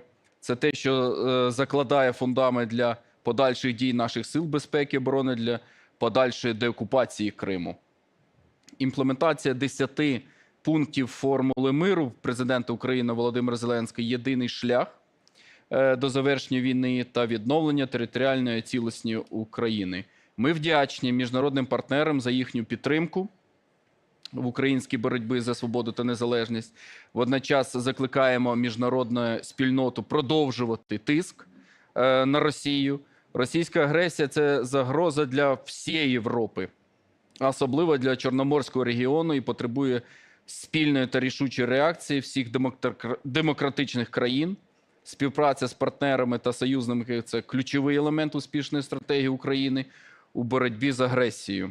Україна – це фортеця демократії та на сході Європи. І її захист є запорукою миру і стабільності в регіоні. Крим є нашим форпостом, який ми обов'язково визволимо від імперської окупації. Україна не здаватиметься перед агресором та продовжує вести боротьбу за повернення всіх захоплених територій, доки наші військові не повернуть під контроль бухту в Балаклаві, Держкондор в Керчі та аеродром Бельбек. Перемога України у цій війні є перемогою всієї демократичної спільноти над агресією та диктатурою. Ми віримо в перемогу справедливості та правди, і разом з своїми партнерами ми досягнемо повного відновлення територіальної цілісності України. Наш сигнал до всіх українських громадян, які зараз в окупації в Криму: наші воїни щодня працюють для вашого визволення. Вони воюють, щоб визволити свій дім. Це обов'язково станеться. Слава Україні! Дякуємо. Героям слава. Дякуємо, Дмитре, за ваш виступ. Ви знаєте, хочу перейти саме до великої дипломатії, адже тут дуже важливе питання, наскільки за цей час змінилася динаміка залучення різних країн світу саме до імплементації формули миру, і особливо, що найважливіше зрозуміти в цьому аспекті, чи розуміють вони про те, що коли постає таке питання, враховуючи елементи формули миру, то там червоною великою лінією, знаком оклика стоїть Крим. Чи усвідомлюють вони і чи готові вони всіляко допомагати в втіленні цих пунктів формули миру? Я звертаюся з цим питанням до Миколи Точицького, заступника міністра закордонних справ України. Прошу. Дякую за запитання. Вельмишановний пане Рафата, пані Таміла, ваші святості, пане муфтію, екселенції, колеги, пане ректоре. Звісно, що хотів би продовжити думку пана Олександра про те, що в перші моменти після окупації Криму, а потім і окупації або ж здійснення агресії проти Донбасу, от уже 10 років, які ми відзначаємо, на початку багато хто вірив у можливість переговорного процесу, і вам дуже відомо про мінські, нормандські процеси, 200 раундів перемовин з так званим агресором. Однак весь цей період Російська Федерація і її лідер нічого іншого не здійснює, як підготовку до повномасштабної агресії. Чи розуміють? Ну, насправді, саме важливе, що ми зрозуміли тут, і спільно з нашими колегами, які безпосередньо опікаються питаннями деокупації Криму, президент створив першу робочу групу, результатом якої стало перше засідання Кримської платформи, яка була покликана вирішити одне із важливих питань. Знайти цього розуміння, що без деокупації Криму, а відтак деокупації Донбасу, не буде сталого повноцінного миру не лише в Україні, а й поза межами. Зібрати коаліцію тих, хто буде, окрім нас, переконувати наших колег у цьому. Я говорю зараз не лише про демократичний світ, а взагалі світ у цілому. Чому? Бо Російська Федерація, Путін здійснили те, що не вдавалося багатьом після Другої світової війни. Вони зруйнували світовий порядок. Була втрачена повага до міжнародного права і до тих принципів основоположних, які лежать в основі статуту ООН. Відтак, говорячи про розуміння, від 30 країн першого саміту Кримської платформи до більше 75 третього саміту, очевидно, що це розуміння росте. Дуже важливо, говорячи про Кримську платформу, не забувати, що вона стала свого роду базовою основою для того, щоб плавно ті проблеми, які були окреслені робочими групами, експертами, після відповідних засідань і парламентської дипломатії, про яку пан Олександр говорив, ми відобразили кожен із проблемних пунктів, які були напрацьовані в Кримській платформі, у 10 пунктах формули миру. І відтак хочемо сказати, що не існує станом на сьогодні жодного з 10 пунктів, які би не стосувалися Криму. І знову ж таки повертаюсь до того, що розпочав. Без звільнення Криму, без територіальної цілісності всієї України станом на 1991 року не буде справедливого миру не лише в Україні, а поза її межами. Кажучи про кожний пункт, ну, звісно, що кожен з нас прекрасно розуміє, що на сьогодні ми мали вже 4 раунди засідань в форматі радників з національної безпеки і дипломатичних радників. Від 15 країн до 82 15 країн у Копенгагені до 82 у Давосі – це очевидно свідчення цього розуміння проблематики, яка існує задля повернення не лише Російської Федерації, а й її сателітів до дотримання міжнародного права, до того, що без врегулювання проблеми Росії як такої, її агресивної поведінки і неповаги до міжнародного права, не буде миру не лише у нас на європейській території, а не буде миру в принципі у цілому. Путін створив передумови для того, щоб не лише Російська Федерація, а й переважна більшість країн її партнерів, або ж проксі, назвемо так, йшли цим же шляхом. Отже, ядерна безпека, продовольча безпека, повернення усіх, не лише наших героїв, політичних в'язнів, українців, кримських татар, які були ув'язнені з перших днів окупації Криму. І ці масові чистки, репресії, а також ув'язнення продовжуються до сьогодні. А й діти. Крим став станом на сьогодні місцем, де переважна більшість діток, які були викрадені з Запорізької, Херсонської області, Луганської області, зберігається там. Тобто ви розумієте, що кожен із елементів, які були започатковані у 2014 році по відношенню неповаги до міжнародного права, переросли в те, що кожним днем Крим стає тим місцем, де Російська Федерація порушує будь-які норми, всі, перепрошую, форми міжнародного, фундаментальні норми міжнародного права. Отже, Кримська платформа – це про справедливий мир, формула миру – це про справедливий мир не лише в Україні, у всьому світі. Крим був, є і залишатиметься українським. Дякую. Дякую за виступ, Микола Точицький, заступник міністра закордонних справ. Я би хотіла звернути увагу на ще один дуже важливий аспект, який, майже по кожній сфері, які ми зараз розглядаємо, має йти попереду. Це інформаційна складова. Це вкрай важливо, розуміючи, які сили вкладає Путін в пропагандистську машину не лише в Україні, по всьому світові.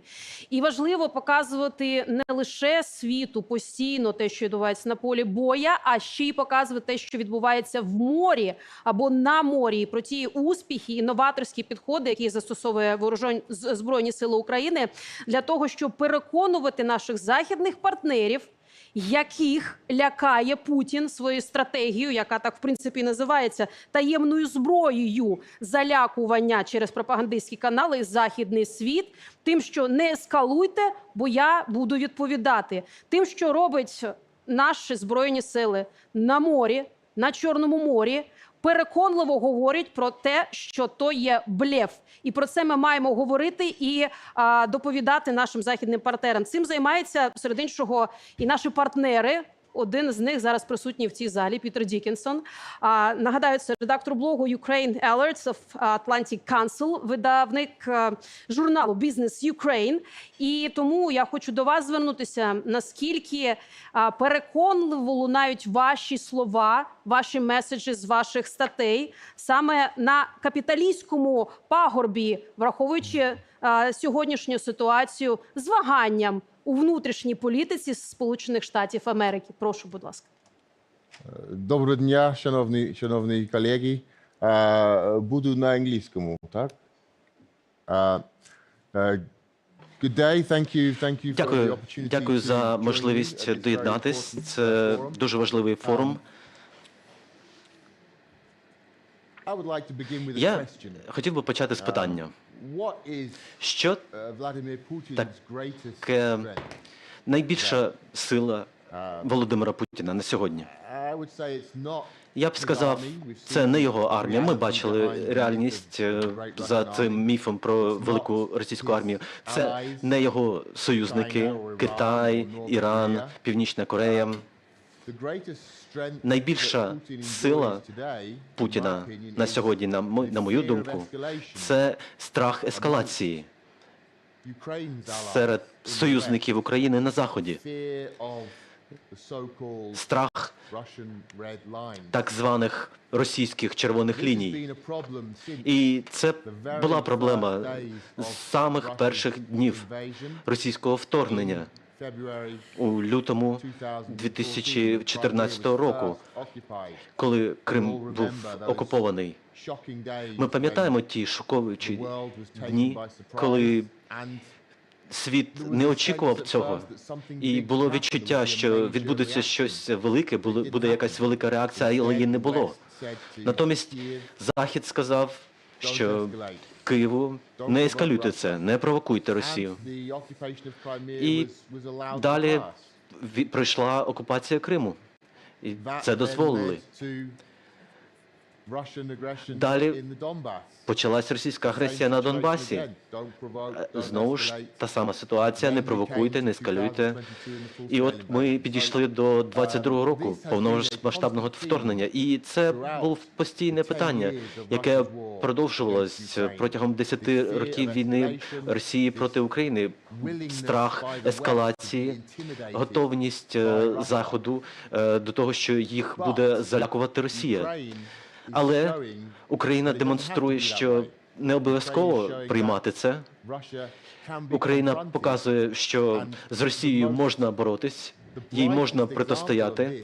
І найкращий приклад, на мою думку, це те, що ми бачили в Криму та поруч з Кримом протягом останнього року. Коли почалося повномасштабне вторгнення, навіть до того, за тижні до того, Росія почала блокаду східних і південних портів України. І це вже почалася ескалація з російського боку. І тоді люди гадали, що в лютому 22-го року люди вважали, що нічого не можна зробити. У України немає морського флоту, у Росії великий флот, і тут нічого не поробиш. І Захід це прийняв досить спокійно, занадто спокійно. Але Україна почала боротись. В перші дні ми всі пам'ятаємо пам'ятний бій на Зміїному острові і ту інструкцію, яку сказали російському військовому кораблю. І через деякий час цей корабель Москва пішов на дно. І це захопило світ, потоплення цього великого корабля.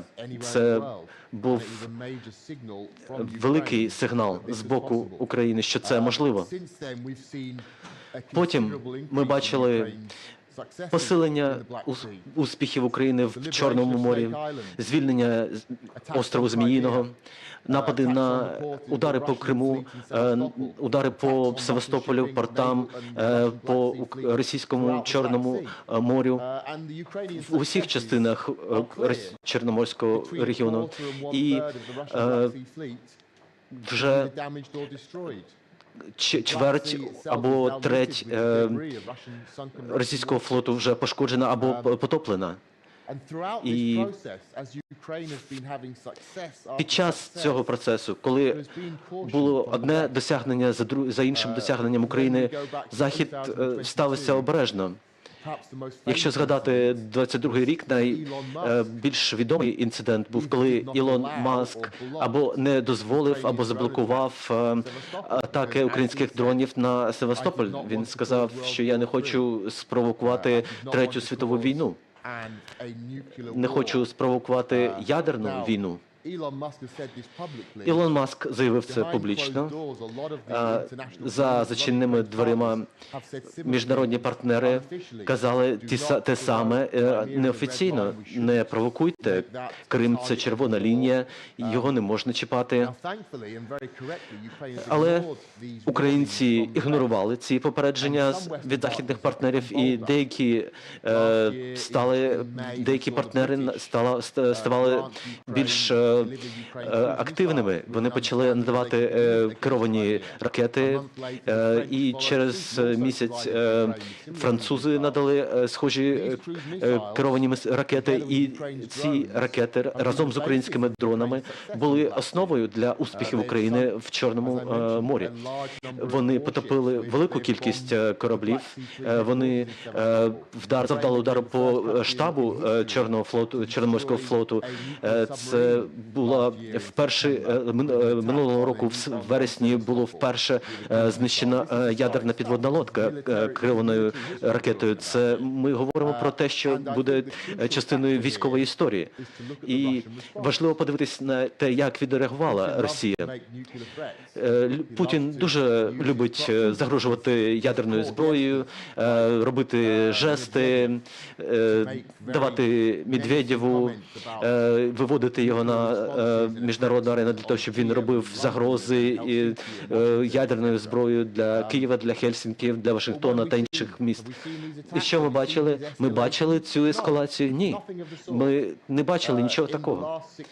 Протягом останніх 6 місяців Росія вивела більшу частину своїх бойових кораблів з Криму в Росію, у Новоросійськ. Росіяни зараз навіть будують новий порт для їхнього флоту у окупованій Росією території Грузії, в Абхазії, максимально далеко від України. Тому очевидно, що вони найближчим часом не збираються повертатися в Україну, в Крим. І вони розуміють, що вони зазнали військової поразки. Тому це важливий висновок для міжнародної спільноти. Росія в Чорному морі використовувала загрози, намагалась зробити Крим червоною лінією, сказала, що Крим чіпати не можна. Захід залякали, Україна напала і показала мужність, рішучість і не піддалась на залякування Росії. І ми побачили, що з боку Росії не було ескалації, не було ядерної загрози. Навпаки, Росія вийшла. Я перепрошую, я маю нагадати вам про час. Дякую. Це мій ключовий посил. Росія відступить, якщо вона зіштовхнеться з сильною військовою реакцією. І Україна має лідерство, мужність і здатність перемогти Росію. Якщо Захід надасть зброю, і якщо це станеться, Росія вийде, вона скаже своїм пропагандистам мовчати про це.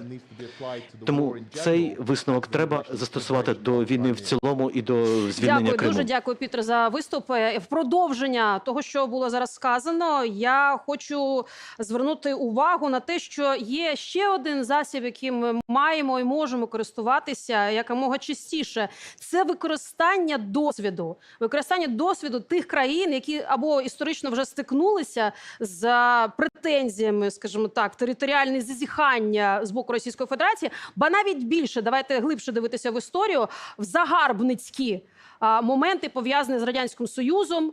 Зараз перейдемо трішечки до Японії, Японських островів. Чому? Тому що в продовження зараз ми можемо звернутися до ще одного нашого спікера, експерта. Це Джеймс Браун, професор політології та координатор спеціальності міжнародні відносини університету Темпл, якраз з Японії. Саме використовуючи такий досвід ми можемо всупереч тому, що робить Росія, як ми казали тільки що, залякуючи Захід, вибудовувати і розробляти сучасні підходи, які будуть ефективними тут і зараз в Україні, а потім, можливо, і ділитися з нашими партнерами. Тож моє питання буде конкретне до Джеймса. Джеймс, я навіть поставлю англійською мовою. Recently you published an important article on Нещодавно ви опублікували важливу статтю про північні території і паралелі з Кримом. Поясніть, будь ласка, чому це порівняння є коректним? І в чому паралелі між Північними островами Японії та Кримом, і як ми можемо використати цей історичний контекст тут в Україні? Прошу.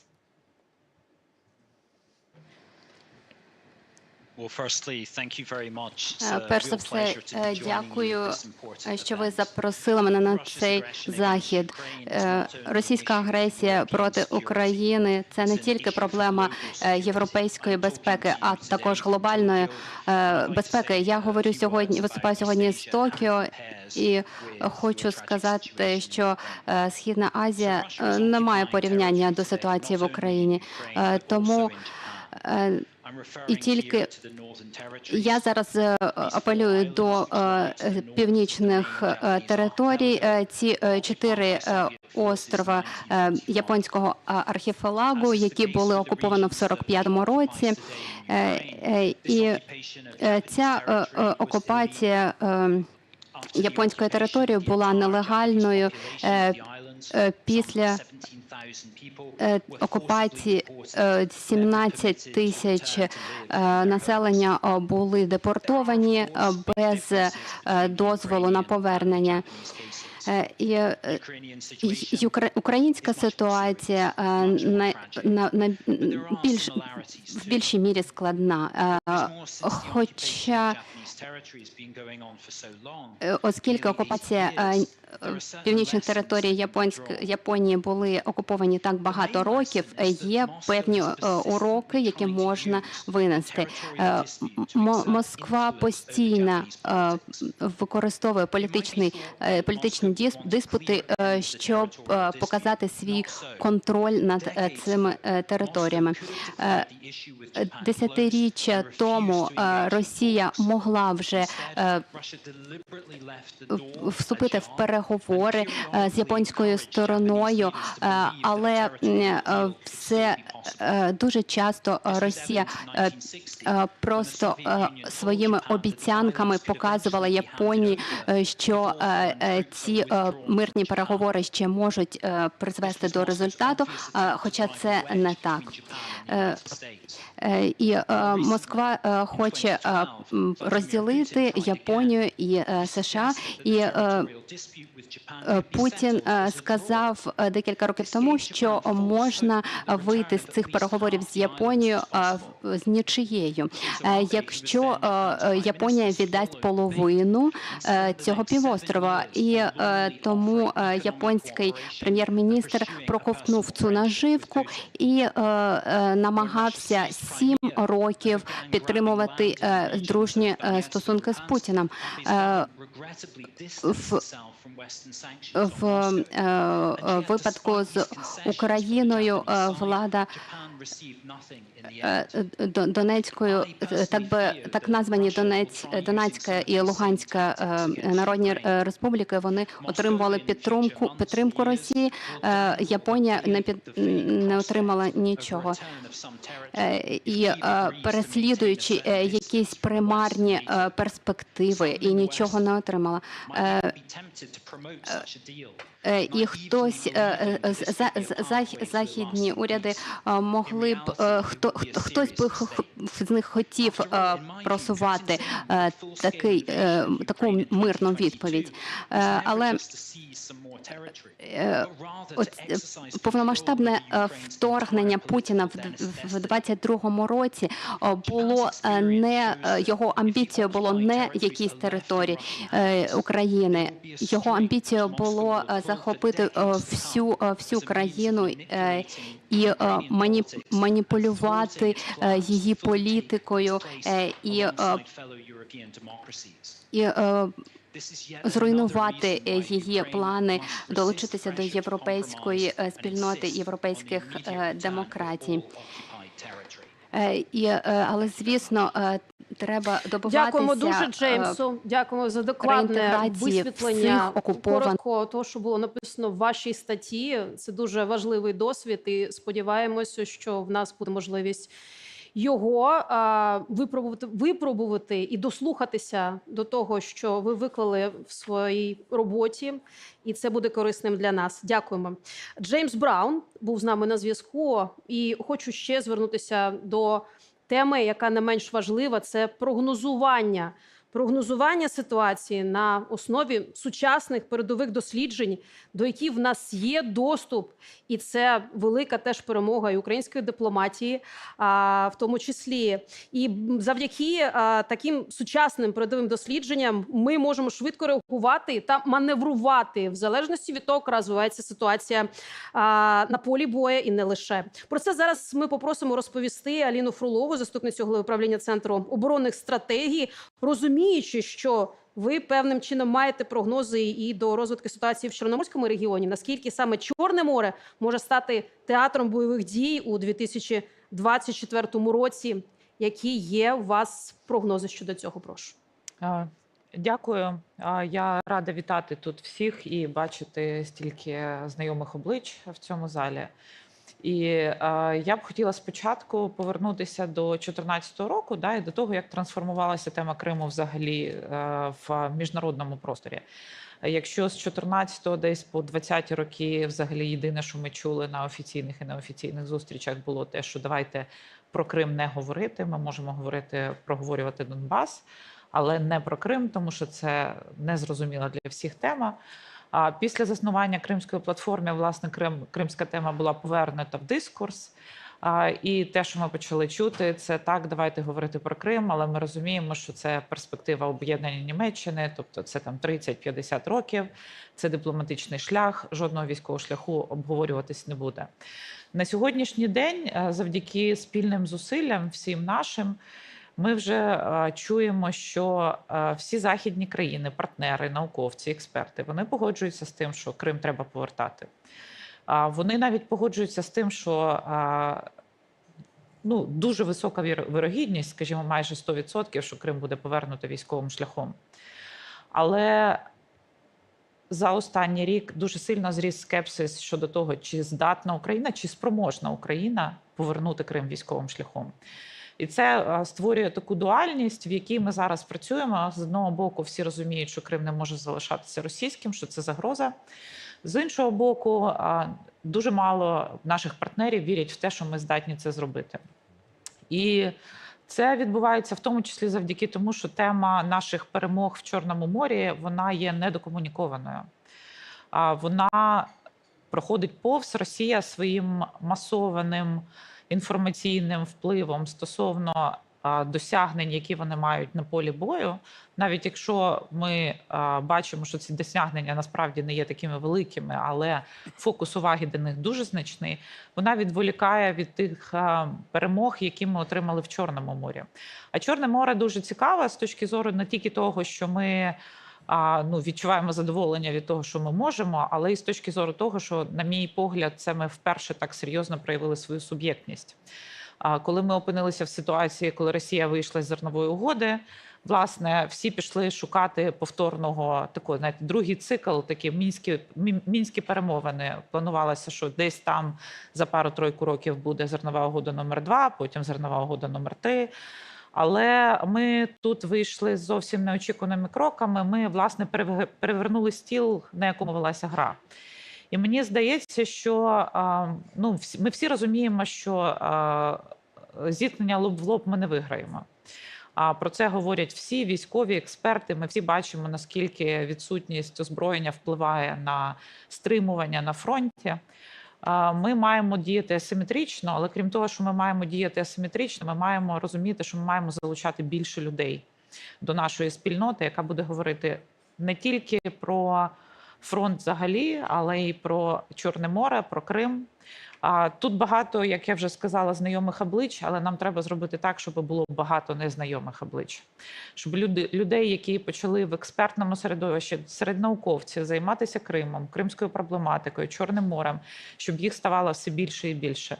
Тому що якщо ви зануритесь, наприклад, в академічну спільноту, то так, дійсно всі європейці, більша частина європейців, американців, наших друзів, а тим більше людей, які не відносяться до цього, скажімо, західної коаліції, вони вважають, що Крим російський, тому що так написано в академічних джерелах. Тому що нема наших робіт в академічних джерелах, їх дуже-дуже маленька кількість, які би стверджували протилежне, які б наводили докази, які б давали референтні посилання на першоджерела. Тому я думаю, що прогноз, так, звичайно, я взагалі вважаю, і більшість, до речі, військових експертів, я не є військовим, я є більш політичним експертом, але більшість військових експертів говорять про те, що визволення Криму – це більш зрозуміла операція, ніж визволення Донбасу. Тому що ми маємо ізольований півострів, який у разі його повної ізоляції, відрізання від логістичних шляхів буде дуже зрозуміло, яким чином звільнити. Але ми маємо робити не виключно прогнози, ми маємо показувати нашу спроможність і нашу суб'єктність. І я думаю, що ми отримаємо більше підтримки саме в той момент, аналогічно з тим, як ми забезпечували собі новий зерновий коридор, саме в той момент, коли ми починаємо діяти. Світ любить бути на боці переможців. Я думаю, що вся дискусія, яка точиться навколо політичних впливів Заходу, полягає саме в тому, що якщо ми продовжимо демонструвати, що ми є переможцями, і не тільки на полі бою, але з точки зору наявності стратегії, наявності нашого бачення, світ буде на нашому боці. Дякую, Аліна. Я б завершила просто, можливо, таким важливим, який я б, можливо, зробила як висновок того, що ви зараз сказали, а це трішечки змінює навіть акцент до наших міжнародних партнерів, взагалі до міжнародної демократичної спільноти. А чи спроможні вони, в першу чергу, повернути верховенство міжнародного права, яке було зруйновано Росією саме прецедентом анексії Криму в 2014 році, і повернути мир і спокій на планету. Ну, можливо, трішечки пафосно, але так воно насправді і є. Дякую вам дуже, всім нашим учасникам, і дякую за те, що долучилися до нашої першої панельної дискусії. На цьому ми ставимо 3 крапки, і я передаю слово моєму колезі Олег Борисов. Дякую всім учасникам. Дякую дуже. Дякую. Дякую, Ксенія Смірнова, українська телеведуча, журналістка, була модераторкою цієї панелі. Дякую вам, шановні гості. За кілька хвилин ми продовжимо, звісно, спілкування. У нас ще дуже багато тем для обговорення, тому залишайтесь, будь ласка, із нами. І ви, наші усі люди, які у цій залі, і, звісно, всі наші онлайн-глядачі. Дякую, друже.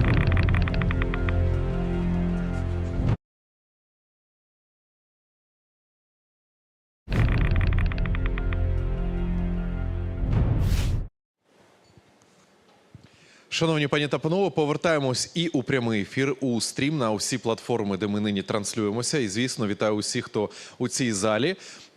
Кава-брейк у нас завершено і, звісно, завершено перегляд усіх матеріалів. І переходимо до наступної дискусійної панелі. Я нагадаю тему цієї вже наступної панелі «Крим майбутнього. Що Україна робить для реінтеграції півострова вже сьогодні та якими є пріоритети в умовах відсутності контролю». Ну і саме цю панель буде вести наступна модераторка. Це українська журналістка, міжнародниця Наталя Гуменюк. Наталю, я вас радий запрошувати сюди. Вітання всім. Будемо говорити про багато нагальних речей. Я спочатку хочу представити наших шановних спікерів. Це Таміла Ташева, постійна представниця президента України в Автономній Республіці Крим, також заступниця міністра розвитку громад, територій та інфраструктури України Олександра Азархіна, обидві кримчанки, Ігор Поничовний, керівник прокуратури Автономної Республіки Крим та міста Севастополя, також Роман Грищук, народний депутат України, Альона Луньова, адвокаційна директорка Центру прав людини «Зміна», так само кримчанка, яка всі ці роки працює з тим, щоб зробити життя людей простішим, і також Дмитро Теперік, експерт з питань безпеки та стабільності, який приїхав до нас з Естонії. Він говоритиме з питань безпеки та стабільності і когнітивної деокупації Криму, який представляє тут фонд партнерства за сильну Україну.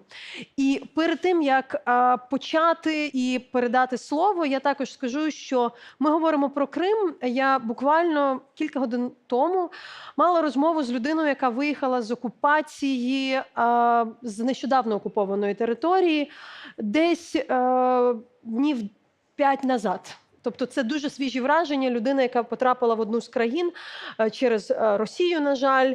І ця людина мені розповідала про те, як вона ходила магазинами цього міста, щоб просто шукати українські товари. Називала певні бренди різні, і що це було для неї, яке це було щастя просто їх бачити.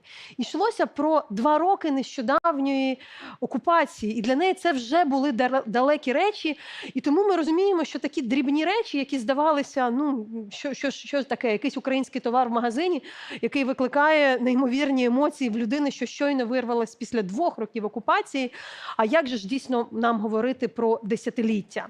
І з цим я хочу передати вступне слово Тамілі Ташевій, постійній представниці президента України в Автономній Республіці Крим. Дякую, Наталко. Доброго здоров'я ще раз всім і тим, хто до нас приєднався онлайн. Власне, я вже починала наш форум з слів подяки нашим Збройним силам. І, звісно, що всім нашим людям, які живуть в умовах окупації. Насправді, мені би дуже хотілося, щоб сьогодні на цьому форумі поруч зі мною був Наріман Джелял, перший заступник голови Меджлісу кримсько-татарського народу, мій дійсно великий друг. Я би дуже хотіла, щоб за підсумками цього заходу журналіст Радіо Свобода Владислав Єсипенко написав матеріал, але, на жаль, він теж знаходиться в ув'язненні в російській тюрмі.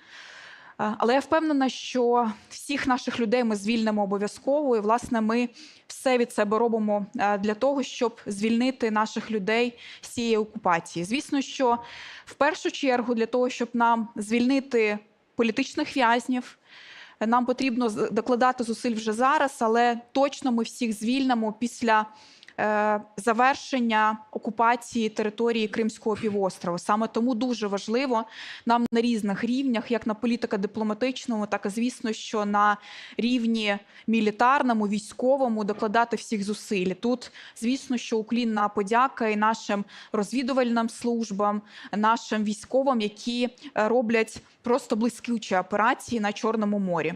Власне, за дорученням президента Володимира Зеленського, починаючи з осені 2022 року, представництво президента спільно з експертним середовищем та нашими партнерами з державного сектору активно працювали над документами стратегічними, які вже потім в подальшому лягли в основу урядових стратегічних документів. Власне, ми зосередились на розробці першочергових заходів, необхідних для ефективної реінтеграції Криму одразу після його звільнення.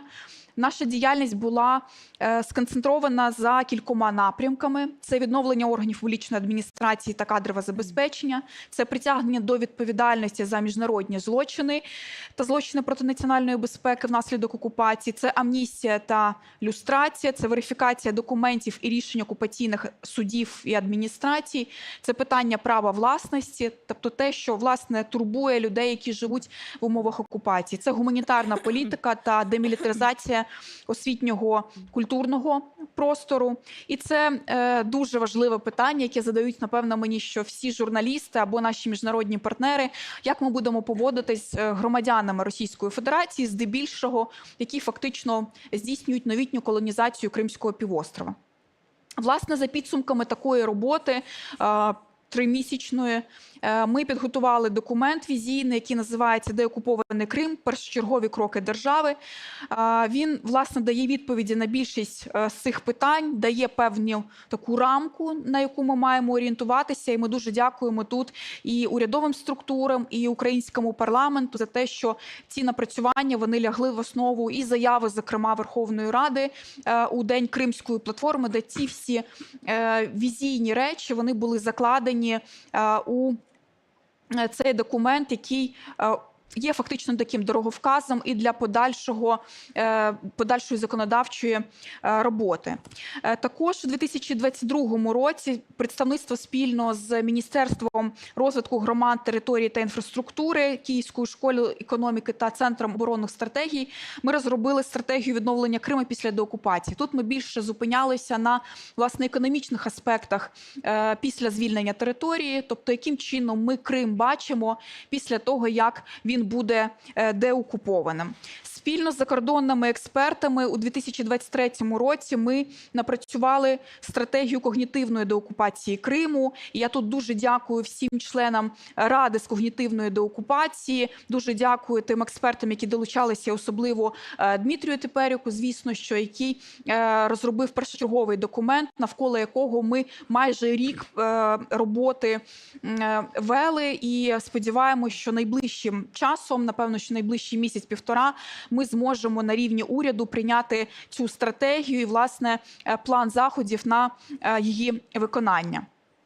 Окрім того, для нас було важливо, що ми в своїх напрацюваннях опиралися на стратегію деокупації і реінтеграції Автономної Республіки Крим, яка була, власне, затверджена указом президента від 24 березня 2021 року. Незважаючи на те, що там ключовим елементом вважається політико-дипломатичний шлях повернення, але ця стратегія ніколи не виключала військового елементу інших асиметричних дій для того, щоб ми звільняли територію.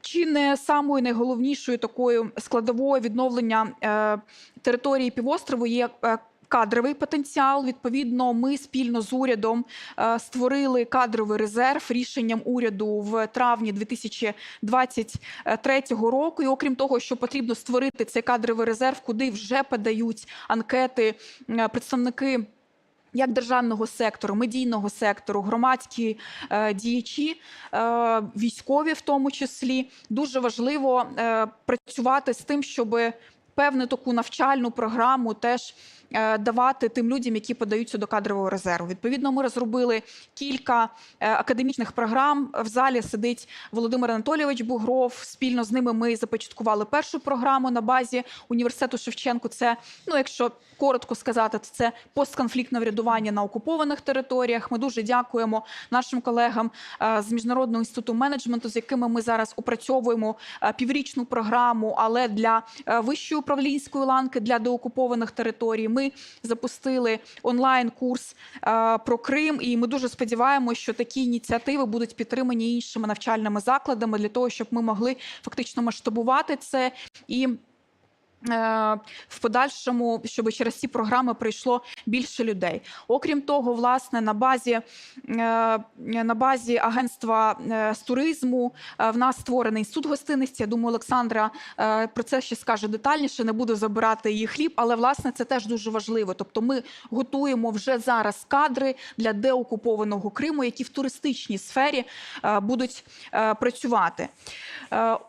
Що наступне хотілося би, власне, сказати, що для нас дуже важливо, що в Крим ми хочемо повертатися не зразка 2014 року, де продають ліжко-місця. Для нас дуже важливо, щоб літній період, він був не єдиним туристичним, а це був щорічний фактично туристичний сезон на території півострову. Тобто, коли ми закладали в стратегії економічного відновлення такі елементи, як Крим, як щорічний туристичний сезон, що потрібно працювати з специфікою корінних народів для території півострову, специфікою культурної спадщини корінних народів, інших спільнот, які проживають на даний момент, на жаль, на окупованій території. Наступне, що важливо відзначити, що минулого року ми вже почали працювати з українським і міжнародним бізнесом, і в рамках міжнародної кримської платформи ми зробили такий як сайт-івент, міні-захід, куди запросили як міжнародні бізнеси, українські переміщені з Криму, так і, власне, бізнеси, які активно працюють, такі як Монобанк, такі, якщо говорити про міжнародні, це Ренеєр, це ряд кримських, наголошу наголошу ще раз, бізнесів, які вже заявили про те, що одразу після деокупації Кримського півострова вони готові їхати у Крим і його відновлювати. Цей проект ми назвали «We Build Crimea». Ми будуємо або відновлюємо Крим. Всю інформацію можна подивитися на сайті Кримської платформи. І ми бачимо, як все більше і більше міжнародних і IT-корпорацій, в тому числі, долучаються до підписання такого важливого меморандуму, який ми започаткували, власне, у минулому році. І що, напевно, що наостанок, про що я хочу сказати. У нашому Криму є неймовірний потенціал, як природній, так і людський, і якщо його розвивати, в нього інвестувати, допомагати нашим людям створювати нові робочі місця, підтримувати на рівні держави малі та середні бізнеси, забезпечити прозору систему для підприємців, півострів стане дійсним таким магнітом для молоді, для реформ, для міжнародних інвесторів. І я хочу одного дня побачити, як молоді люди, обираючи місце для свого розвитку та життя, будуть говорити про різні міста у нашому рідному Криму. Як наші громадяни будуть відбудовувати там успішне, спокійне життя, як потік туристів буде не припинятися у вересні, а триватиме в тому числі у листопаді, січні, у лютому, як півострів більше не буде асоціюватися з військовими базами, так само він не буде асоціюватися лише з морським курортом, а буде асоціюватися у нас у всіх в Україні, за кордоном, з розвиненим регіоном і інвестиційно привабливим. І насправді це дійсно дуже важливо. І ми впевнені, що так і буде. Тому давайте спільними зусиллями творити наше українське майбутнє у нашому звільненому українському Криму. На цьому дякую і слава Україні! Героям слава! Олександро, я би попросила пояснити, як це все має працювати в умовах, коли, по-перше, перед, зокрема, міністерством стоять величезні задачі щодо загалом відбудови України і районів, які потерпіли в результаті бойових дій. З іншого боку, ми всі говоримо, що ми маємо бути готові до деокупації, прийти з рішеннями, прийти з чіткими планами. З іншого боку, ми дійсно не розуміємо часові рамки. Ми хочемо, щоб це було швидше. Як в цих умовах, коли частина цих задач хтось сприймає як теоретичну, і по-чесному деякі з них є теоретичними, ви працюєте? Тому що дуже складно закликати інвесторів в те, що ще не наше. Будівельників, компанії і все, про що згадала пані Ташева. Так, як це організовано, цей процес, щоб він був не зовсім таким процесом для мрійників, але реалістичним? Прошу пояснити. Чесно, я тут не бачу серйозного конфлікту, тому що по факту я чітко пам'ятаю себе в 2014 році, коли я, вже навчаючись в Києві, вивозила звідти своїх батьків, і я розуміла, що чим би я не займалася, я далеко тоді була ще від державної служби, моїм завданням є зробити все можливе, щоб Крим, який я знала, він дивився на успішну, прогресивну Україну і захотів повернутися назад. Я розумію, що багато в чому я була наївною, і дійсно повномасштабне вторгнення, воно трішки скоригувало мої думки. Так само, як і перші звернення до реєстру пошкодженого та знищеного майна, який був створений в Україні вже після повномасштабного вторгнення. Як після першої бавовни ми почали отримувати звернення з Криму.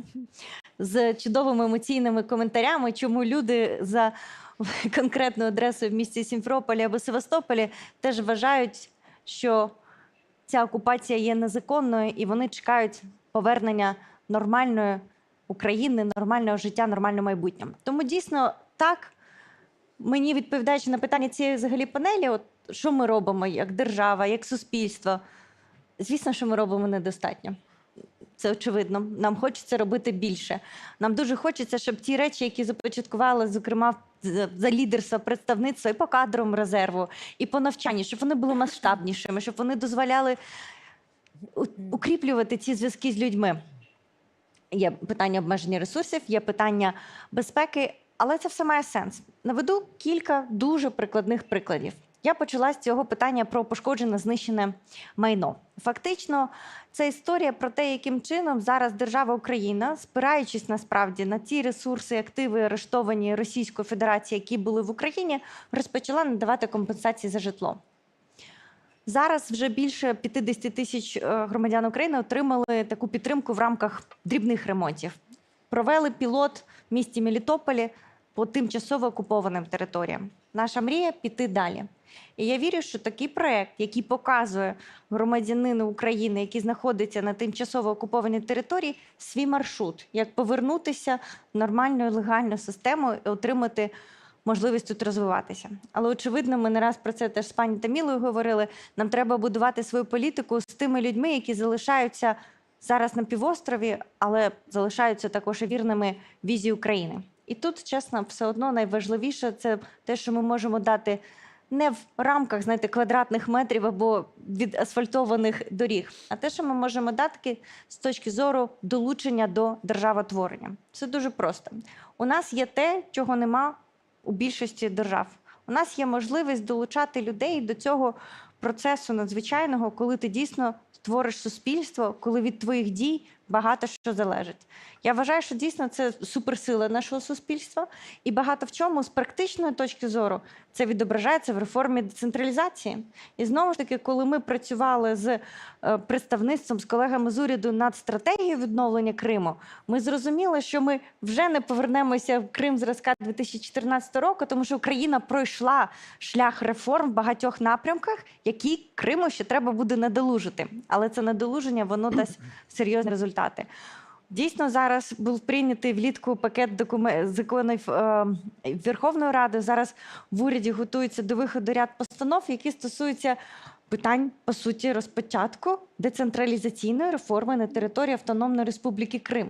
У нас вже йдуть дуже важкі дискусії про те, як ми що перейменуємо. Це вже важко, але цінність нашого суспільства – це якраз таки у обговоренні, у справжній дискусії, у багатовимірності усіх стейкхолдерів. І це, чесно, не виміряти якимись фізичними витратами. Другий такий практичний аспект – я дійсно вірю в бізнес. І ми тут мали багато дискусій із бізнесом, який вимушений був виїхати з Автономної Республіки, а так само бізнес, який є міжнародний, але хотів би працювати на півострові. Насправді, звісно, це розмова з одного боку теоретична, з іншого боку, речі, про які говорить бізнес, вони дуже конкретні. І вони говорять не просто про повернення півострова, а про їхнє бачення, яким це має бути, що це має бути вільне правове поле. Там теж має бути на всіх ходах євроінтеграція. Тому що фактично все, що ми можемо зараз запропонувати кримчанину, який знаходиться під окупацією, це майбутнє. На відміну від окупантів, які можуть запропонувати лише минуле. Дякую, Ігоре. Крим, крім того, що перетворився за цей час на військову базу, по суті, він перетворився на велику в'язницю і так само перевалочний пункт для тих людей, яких вивозять з нещодавно окупованих територій, якщо 2 роки можна назвати нещодавно, зокрема до Росії. Кримську прокуратуру Автономної Республіки Крим було створено вже після 2014 року, і не секрет, що загалом в системі українській мало хто розумів, як це має працювати, коли вона тут, а Крим там. Але ви прийшли і справи відкривалися не настільки охоче, як хотілося. 22-й рік поставив всі питання, які пов'язані з воєнними злочинами, скоєними під час окупації, в пріоритет для держави, для прокуратури, і ви виявилися такими фахівцями, одним із небагатьох, хто може вчити, зокрема, всіх українських прокурорів, як цим працювати. Але я запитую не тільки про це, а про те, що потрібно, як ви плануєте працювати, бо зокрема, якщо говорити, наприклад, про те болюче питання, як колабораціонізм. Одна справа, коли йдеться про рік і півроку, але коли йде процес десятиліття, деякі речі нормалізуються з моральної точки зору. Я не говорю про, ми можемо говорити про освіту, про роботу в державних органах, тих речах, які, чесно кажучи, для людей звичайні. Якщо життя є, то люди працюють. Як ви з цим працюєте? І де, зокрема, ці території, які окуповані 10 років тому, як це законодавством і що має бути в контексті загального рішення українських питань щодо воєнних злочинів, колаборацій і решти? Яке ваше бачення також, і ваші вже думки, і ваш досвід? Дякую, пані Наталія. Доброго дня всім присутнім.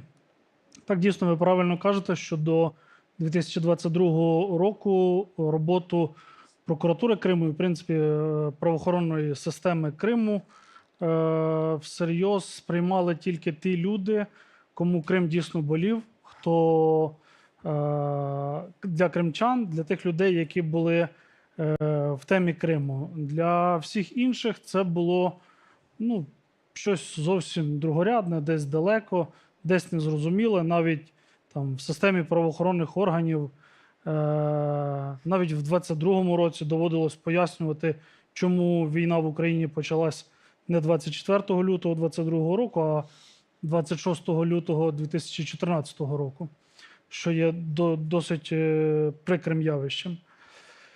І якщо говорити про роботу після повномасштабного вторгнення, то в цілому в нашій роботі нічого не змінилось, оскільки збройний конфлікт в Україні, ще раз повторюсь, вже триває 10-й рік. Відповідно, злочини, які вчиняють окупанти проти цивільного населення в Криму, це порушення міжнародного гуманітарного права, це найсерйозніші міжнародні злочини. Тому ми їх документували як до повномасштабного, так і після повномасштабного вторгнення. Єдине, додалось нам роботи, ви правильно сказали, в питанні колабораціонізму. Знову ж таки, злочин, який передбачено Кримінальним кодексом, не враховує питання тривалої окупації Криму. Він, на мою думку, як юриста, скоріше був спрямований більше для превентивних цілей, для того, щоб відбити бажання на новоокупованих територіях, бажання в українців співпрацювати з ворогом. І в цілому це працює. Але, знову ж таки, не врахований час, що Крим на той час вже 8 років був окупований, і ті речі, які насправді є злочинами для кримчан, здаються просто буденністю і звичайними діями хай окупаційної, але влади тимчасової в них. Тому ми спільно із представництвом президента досить часто піднімали ці питання, що потрібно щось змінювати. Але одного разу дослухались до думки, здається, її висловив теперішній голова Верховного суду, пан Станіслав Кравченко, який сказав, що давайте не будемо чіпати кримінально-процесуальне законодавство, ми практикою все врегулюємо. І так, дійсно, ця ситуація допомогла. Тобто на рівні Криму ми, в принципі, у нас зараз питання того, що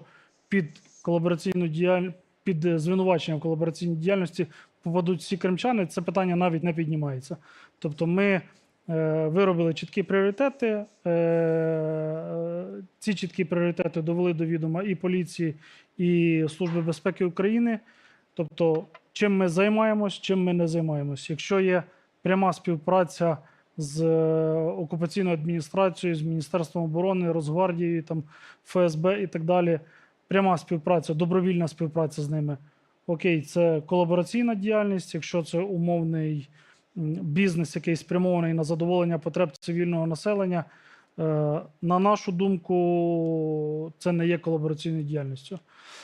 Тепер коротко про те, як ми бачимо роботу після деокупації. Ви знаєте, що, мабуть, повномасштабне вторгнення наблизило нас до питання деокупації найбільше і найсильніше за всі роки окупації. Тому що коли вся країна побачила міць наших Збройних сил, коли побачили березень 22-го року, потім осінь 22-го року, всі надзвичайно сильно повірили в те, що ось-ось ми зможемо потрапити в Крим. Ми далі віримо, що ми туди потрапимо, і саме в зв'язку з цим Генеральним прокурором була створена робоча група, відповідно, яка має напрацювати механізми і нормативно-правові акти для того, щоб органи, які займаються кримінальною юстицією, максимально ефективно могли відновити свою роботу і працювати вже в звільненому Криму. Тому що звільнивши Крим, відновивши там роботу, починати розказувати, що наше законодавство не готове до деокупації, це соромно, тому що ми 10-й рік вже говоримо про те, що наше законодавство не було готове до збройного конфлікту, і до 22-го року воно так і не було готове. Тому зараз наша робоча група, яка складається із прокурорів, не тільки прокурорів Криму, а й Офісу Генерального прокурора, і прокурорів з Донецької і Луганської області, які теж, на жаль, тривалий час вже в окупації, і адвокати, і міжнародні експерти, ми зараз напрацьовуємо якраз таки два кластери. Перший кластер – це кадровий потенціал, для того, щоб ми могли ефективно і швидко підібрати кадри собі, зокрема прокурорів, які б могли б відновити роботу в Криму протягом перехідного періоду, тому що процедура залучення кадрів в прокуратуру досить тривала, конкурси. І, на жаль, на відміну від державної служби, ми не маємо змоги створювати якісь кадрові резерви, оскільки це не передбачено нашим профільним законом. Тому у нас зараз напрацьований такий один із механізмів, як швидко відновити кадровий потенціал органів прокуратури в Криму після деокупації. І другий кластер – це якраз концепції законодавчих змін для того, щоб підготувати кримінально-процесуальне законодавство для відновлення роботи в Криму. Тут буде мова йти і про кримінальні провадження, які залишились в Криму на момент окупації, українські кримінальні провадження, і сотні тисяч російських кримінальних справ, які розпочаті вже під час окупації. За нашими даними, мова йде десь про близько 200 тисяч кримінальних справ, які були розпочаті окупантами в Криму. Мова також йтиме про, чи йде мова вже про близько 85 тисяч судових справ, тобто кримінальні справи, які слухаються в судах, і, звісно, про виконання вироків, оскільки ми розуміємо, що є вироки окупаційні, які абсолютно є нікчемними, це вироки по політв'язням, але при цьому є вироки і відносно загальнокримінальних злочинів, які і в Україні, і навіть в Росії це теж злочин. Тому наша робоча група якраз займається цими питаннями. Ми вже десь більш-менш фіналізуємо ці всі напрацювання, будемо презентувати їх, і далі вже робота за законодавцями. Але наше завдання основне – підготувати просто той фундамент, який дозволить або нам, або вже тим, хто прийде після нас, не стикатись з тими проблемами, з якими Україна і, зокрема, правоохоронні органи зіштовхуються з 2014 року, коли в нас завжди є така відмазка, законодавство не готове, ми це не можемо робити. Тому додамо роботи або собі, або своїм колегам в майбутньому, підготуємо законодавство таким чином, щоб максимально ефективно в Криму виконувати свої обов'язки. І перед тим, як я би дуже хотіла, щоб там колега з парламенту відповів про готовність, я все ж хотіла б, щоб ми вже підняли питання, які існують, і звернулися до Альони Луньової. Правозахисні організації, громадські організації багато співпрацювали, в тому числі з українською владою. Питання Криму по великому рахунку є консенсусним в українському суспільстві, але зараз, на цьому етапі, з тими якимись, можливо, з тою швидкістю, з якою ми рухаємося, з тим, як долучилася інша форма окупації, як сказав пан Ігор, десь якісь закони почали прийнятися і для того, щоб упередити, запобігти якимось злочинам. Що ви бачите? Що потрібно робити, що є ключовим, що якимись ключовими потребами, і ви так можете само пасувати це питання також до пана Романа Грищука, якщо є така змога. Дякую, Наталко, за питання. Вітаю всіх. Насправді, що змінилося так точно, що ми з більшою кількістю державних органів тепер можемо говорити про реінтеграцію Криму, і це дійсно дуже важливо. Тому що тривалий час після початку окупації ми, наче громадські організації, говорили самі з собою про те, а що варто зробити, а як ми будемо повертатися додому і повертати Крим. Зараз більше державних органів залучені до цієї дискусії, це дуже важливо. І тут я хочу дуже подякувати за цю включеність в розмову. Насправді, коли ми говоримо про потреби в деокупації і що необхідно зробити безпосередньо після деокупації, яким чином захистити наших людей, які знаходяться на окупованій території Криму, ми завжди маємо мати на увазі, що нам дуже складно отримати цю первинну інформацію. Ми не маємо засобів, якими ми можемо поміряти запит на території, яка є окупована. Зрозуміло, що там є репресивні закони, і люди бояться говорити. А тому ми можемо робити висновки на підставі тої інформації, що є в нас, бо ми працюємо в полях, а також говорити з тими, хто виїжджає з окупованої території і повертається, власне, на територію підконтрольного уряду України. І зараз навіть, попри те, що всі кордони з Російської Федерації фактично закриті, Російська Федерація ще з початку пандемії зробила все можливе, щоб кримчани не могли виїхати з півострова, ми все-таки отримаємо цю важливу інформацію. І що би хотіла сказати, що кримчанам дуже хочеться, тим, хто залишився зараз в окупації, у них є високий запит на визначеність. Що буде після деокупації? Тому що, коли ти читаєш розрізнені закони або законопроекти, дуже складно скласти враження, а що буде з людьми, з простими людьми, які живуть в Криму, виживали весь цей час, які виходили в своїх вчинках з презумпції, що Російська Федерація ніколи цю територію не віддасть. Як буде їм? І це питання, безумовно, стосується документів, виданих окупації, їх мільйони різних. І ми маємо усвідомлювати, що після деокупації півострова ми стикнемося з тим, що будуть люди, в яких ніколи ніяких українських документів, крім свідоцтва про народження, немає і не було. Може, і не свідоцтво. І це означає, і ті, в кого і свідоцтв не було. І це означає, що ми маємо, як держава, не перекладати тягар доведення якихось фактів, не робити винними людей, які залишилися в окупації, щоб вони самі щось робили, доводили, встановлювали факти в судовому порядку, щоб державі щось довести. І мені здається, тут ми маємо, як держава, все-таки брати на себе відповідальність і розробляти такі механізми, і вже зараз, які би дозволили людям, які живуть в окупації, точно розуміти, що після деокупації їхнє життя не стане суттєво гіршим.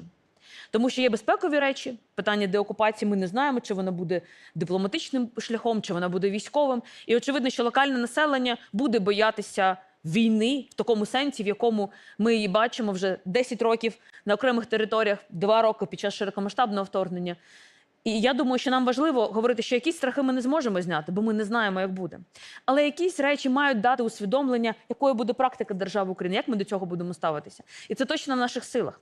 Ми маємо говорити про документи і маємо говорити про відповідальність. Пан Ігор сказав, що прокуратура Криму виважено ставиться до питання притягнення до відповідальності за колабораціонізм, але це треба комунікувати, пояснювати, тому що російська пропаганда може просто перекладати статтю Кримінального кодексу російську або прямо на неї посилатися, а ця стаття про колабораційну діяльність, м'яко кажучи, не дає впевненості, що прості люди не будуть притягнуті до відповідальності, а будуть відповідати тільки керівники.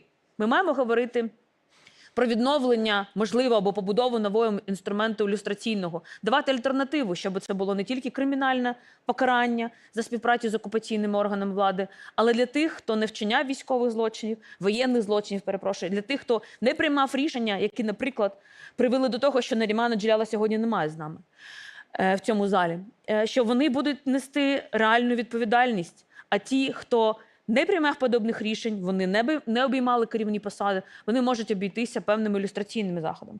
Тобто визначеність є дуже важливою. Але також важливо говорити з тими людьми, які приїхали з території Криму на підконтрольну уряду України території, без документів, і стикаються із проблемами просто мати ці документи. І нам дуже важливо говорити, бо ми 10 років про це говоримо.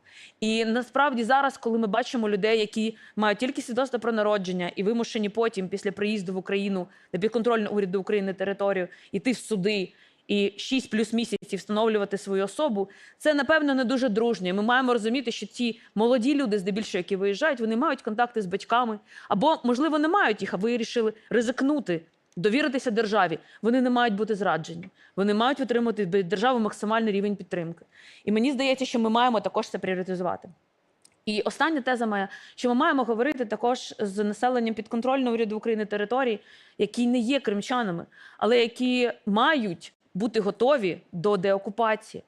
Минулого тижня мій 13-річний син, який виїжджав з Криму зі мною, коли йому було 4, він готував презентацію про місця, де він хотів би бути, опинитися.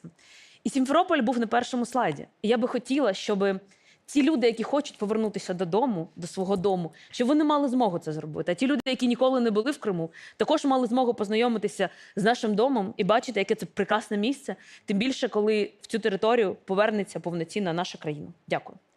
Дякую. Я почала зустрічати студентів, які ніколи не були в Криму і сказали, що вони прочитали про Крим зараз книжка, яку я писала. Я зустрічала студента, який приїхав цього року вступати до українського вишу, і ви можете уявити, ну йому 18, так, йому було 8, коли було окуповано Крим. І я тут звертаюся до Романа, по-перше, я багато чула, ви представляєте партію «Слуга народу», та, в якої є все-таки більшість певна, але якою є реалістична спроможність парламенту ухвалювати ці рішення зараз? Бо я чула, що вона в принципі не дуже велика з тою потребою всіх законів, які треба ухвалювати. Наша дискусія звучить як пріоритети в умовах відсутності контролю, але наскільки це пріоритети загалом серед пріоритетів українського парламенту? І, зокрема, у нас тут все-таки середовище, яке думає про Крим, так? Але оці речі, про які згадувала Альона, зокрема і пан Ігор, про те, що там якась людина могла викладати математику, а хтось затримувати людей за крадіжку, так? І через 10 років це просто нормально. Так? Чи є розуміння серед парламентарів про це, зокрема тих, які не працювали постійно над темою того, що десь окупація триває аж 10 років? Романе. Да, всіх вітаю. Ну, розпочати я хотів би зі слів щирої подяки Тамілі Ташевій і всій команді представництва президента в Автономній Республіці Крим. З моменту створення президентом Зеленським цього представництва з приходом Таміли це стало центром думки про Крим, центром не тільки думки, але й дії. І я реально дуже щиро вам дякую. Я бачу, як ви працюєте, і це надзвичайна робота. І як просто громадянина України, як члена комітету освіти, з яким дуже тісно ми змінюємо законодавство разом з вами. 10 років Крим під окупацією, тобто зараз в 10 класі російської школи в Криму окупаційної навчаються діти, які ніколи не навчалися в українській системі освіти. Я, як представник комітету освіти, хотів би зосередитись тут більше на освітній темі. Мені здається, що окупантам простіше було перевести систему освіти з 2014 року українська, яка там була, на російську систему, ніж нам буде після деокупації перевести її в систему освіти українську, яку ми хочемо. Чому? Тому що окупація Криму почалася 10 років тому, а когнітивна окупація Криму ще набагато раніше. Скільки було кримсько-татарських класів в Криму? Україномовних класів в Криму? Одна школа. Таміла дуже чітко сказала про те, що ми не хочемо повертати Крим до 2013 року. Ми про майбутнє, ми про новий Крим говоримо. І яка роль системи освіти? Кардинальна. Зараз там відбувається мілітаризація освітнього процесу, і те, що ми зараз, досліджуючи російські освітні стандарти, називаємо деідентифікація або створення общеросійської ідентичності з українців, з кримських татар. Тобто вбивається ідентичність через систему освіти намірено. Для того, щоб сказати, ви завжди були росіянами, тут завжди були росіяни. Тому ініціатива когнітивної деокупації і цієї робочої групи, до якої я в тому числі належу, яка активно працює над смислами, що ми скажемо після деокупації? Що було ці 10 років? Що було до цього? І через систему освіти ми повинні будемо це доносити. Про проблеми, які є, це дійсно проблема, ви, Наталка, піднімали питання вчителів і консенсусу. А у нас є в суспільстві консенсус з приводу вчителів, не кажучи про парламент. Да, з одного боку, працюючи над темою, а вчитель, який залишився на окупованій території. Ну, 2 роки тому велика частина наших нових територій була окупована Росією. Вони залишилися, почали викладати за російськими стандартами. Ми всі тут знаємо, наскільки через систему освіти відбувається та ж сама окупація. Чи ці люди сприяють окупанту, чи ні? Чи в залежності від предмета? Від якого предмета тоді виникає питання? А якщо ми торкнемося того, що через всі предмети Росії доносяться оці речі, оці меседжі. Создать русского чоловіка. Тому питання освіти в цьому контексті важливо. І підготовка спеціалістів. І що ми будемо робити з тими проукраїнськими вчителями, які залишаються в Криму, які викладали. Питання того, а що ми можемо зробити вже зараз? Альона піднімала питання визнання результатів, а ви піднімали про спроможність парламенту.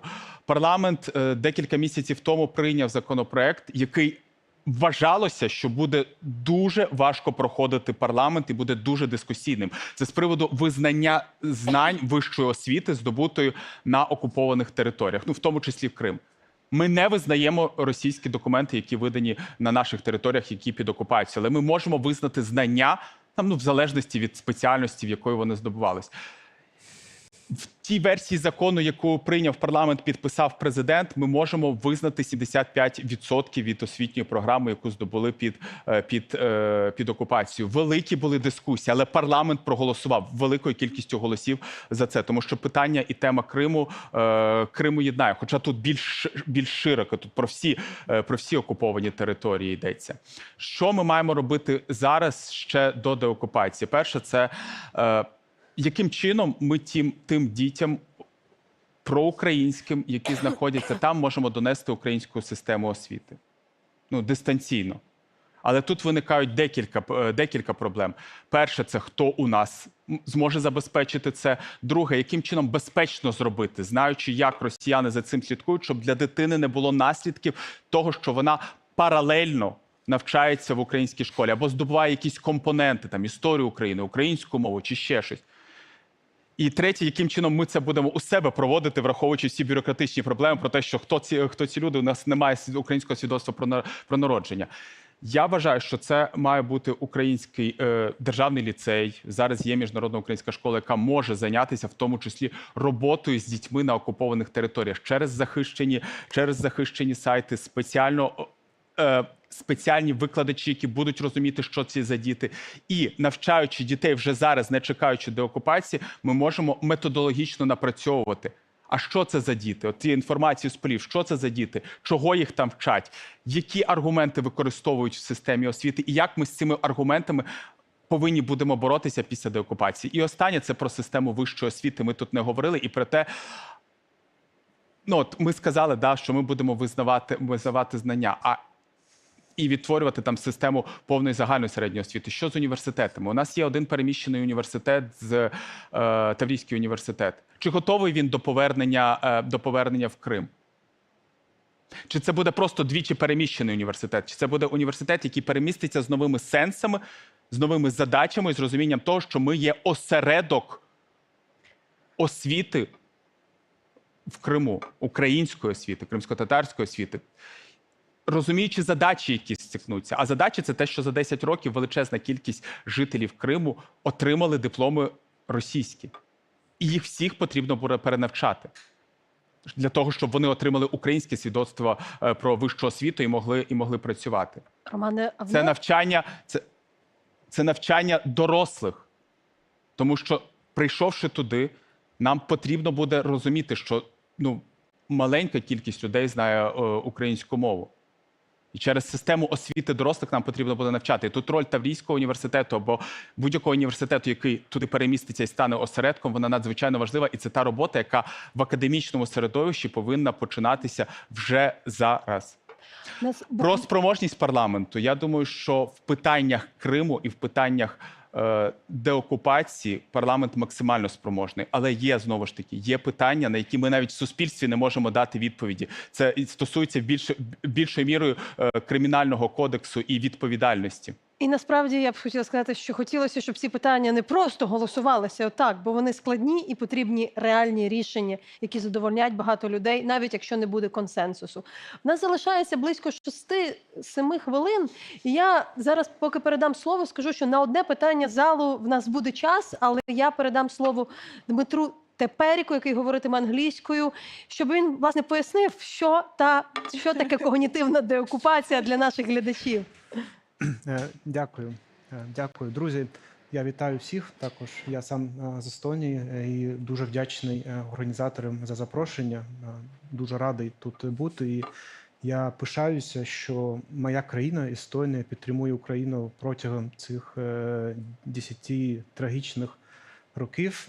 І я впевнений, що це продовжуватиме і під час, і, зокрема, після деокупації Криму. Я коротко хотів би розповісти, що таке когнітивна деокупація.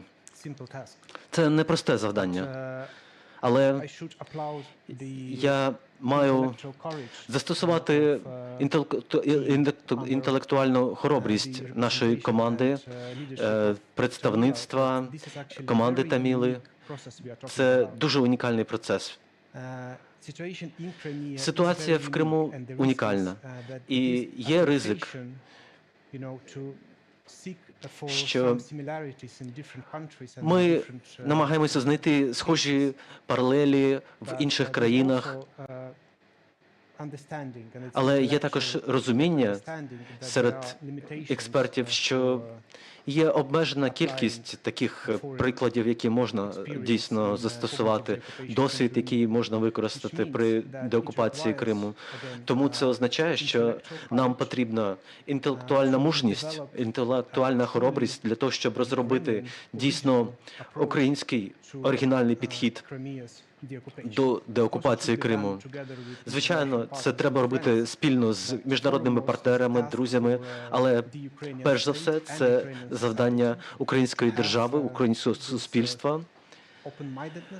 Розробити такий відкритий підхід, обговорити ці складні питання, пов'язані з освітою, культурою, а також пов'язані з прийняттями громадян, їхніми страхами, їхньою вірою, їхньою поведінкою. Просто приклад з моєї країни. Ми відсвяткували 106 років незалежності кілька днів тому. І ми займалися деокупацією умів частини нашого населення в Естонії протягом 33 років. Після радянської окупації ми зрозуміли, що цей процес складний і вимагає стратегічного терпіння, дуже зваженого підходу. Перш за все, нам потрібно визнати, що люди, які жили під окупацією, вони були заручниками і жертвами окупації, і вони отримали травми від окупаційної влади.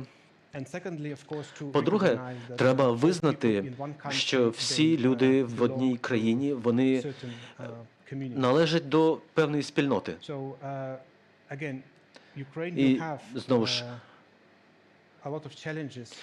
перед Україною буде багато викликів в майбутньому, але коректна стратегія для когнітивної деокупації – це бути готовим і готовим працювати з цими викликами. Є, звичайно, певні обмеження стосовно того, як можна мінімізувати зовнішні ризики, тому що ми не можемо спрогнозувати поведінку Росії. Але що ми можемо зробити? Ми можемо посилити спроможність України, мінімізувати внутрішні ризики.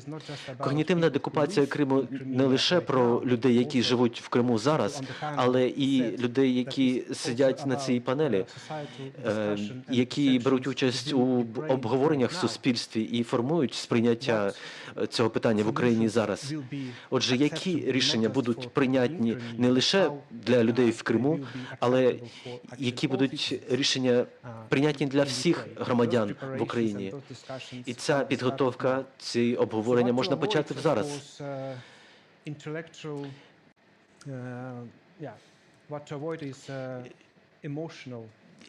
Є питання, звичайно, про емоційне сприйняття майбутнього Криму. Але, що важливо, треба продовжувати інтелектуальні зусилля. І зараз ми ведемо такі обговорення стосовно питання когнітивної деокупації, як можна використати рекомендації експертів для того, щоб перетворити їх на практичну політику. І це унікальний процес, як трансформувати багато чудових ідей у політику, у політичні заходи, які будуть реалізовані не зараз, на жаль, тому що Крим окупований, а через рік, 2 або 5 років. І це потребує відкритого підходу, хоробрості, а також чесності. Треба використовувати дані в цьому процесі, і для цього нам потрібен матеріал, дані від різних спільнот, в тому числі кримських татар та інших корінних народів та інших професійних спільнот, таких як освітяни, медійники, а також юристи, віруючі, ті, хто працюють з інформацією та з інформаційними загрозами тощо.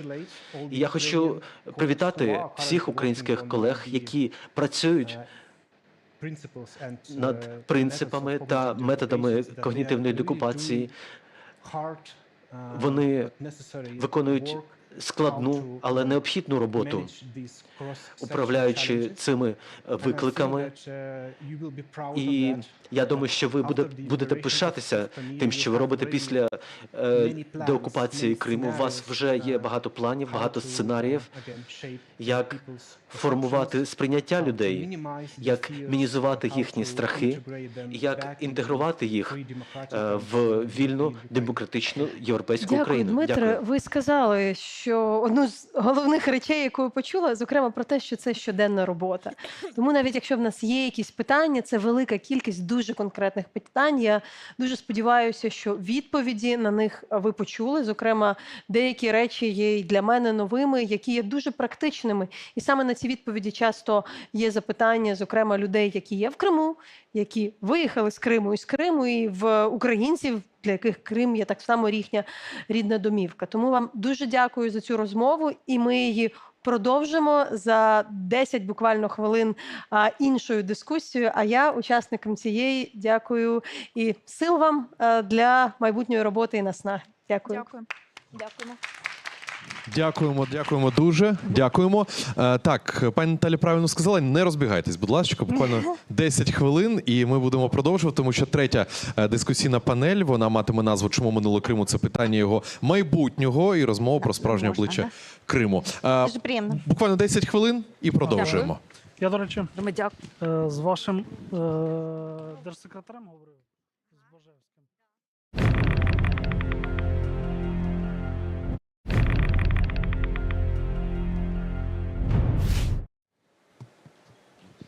Ну що ж, ми раді вітати усіх, хто продовжує залишатися з нами, усіх, хто тільки долучається, і наші глядачі на усіх онлайн-платформах, де ми зараз транслюємось онлайн.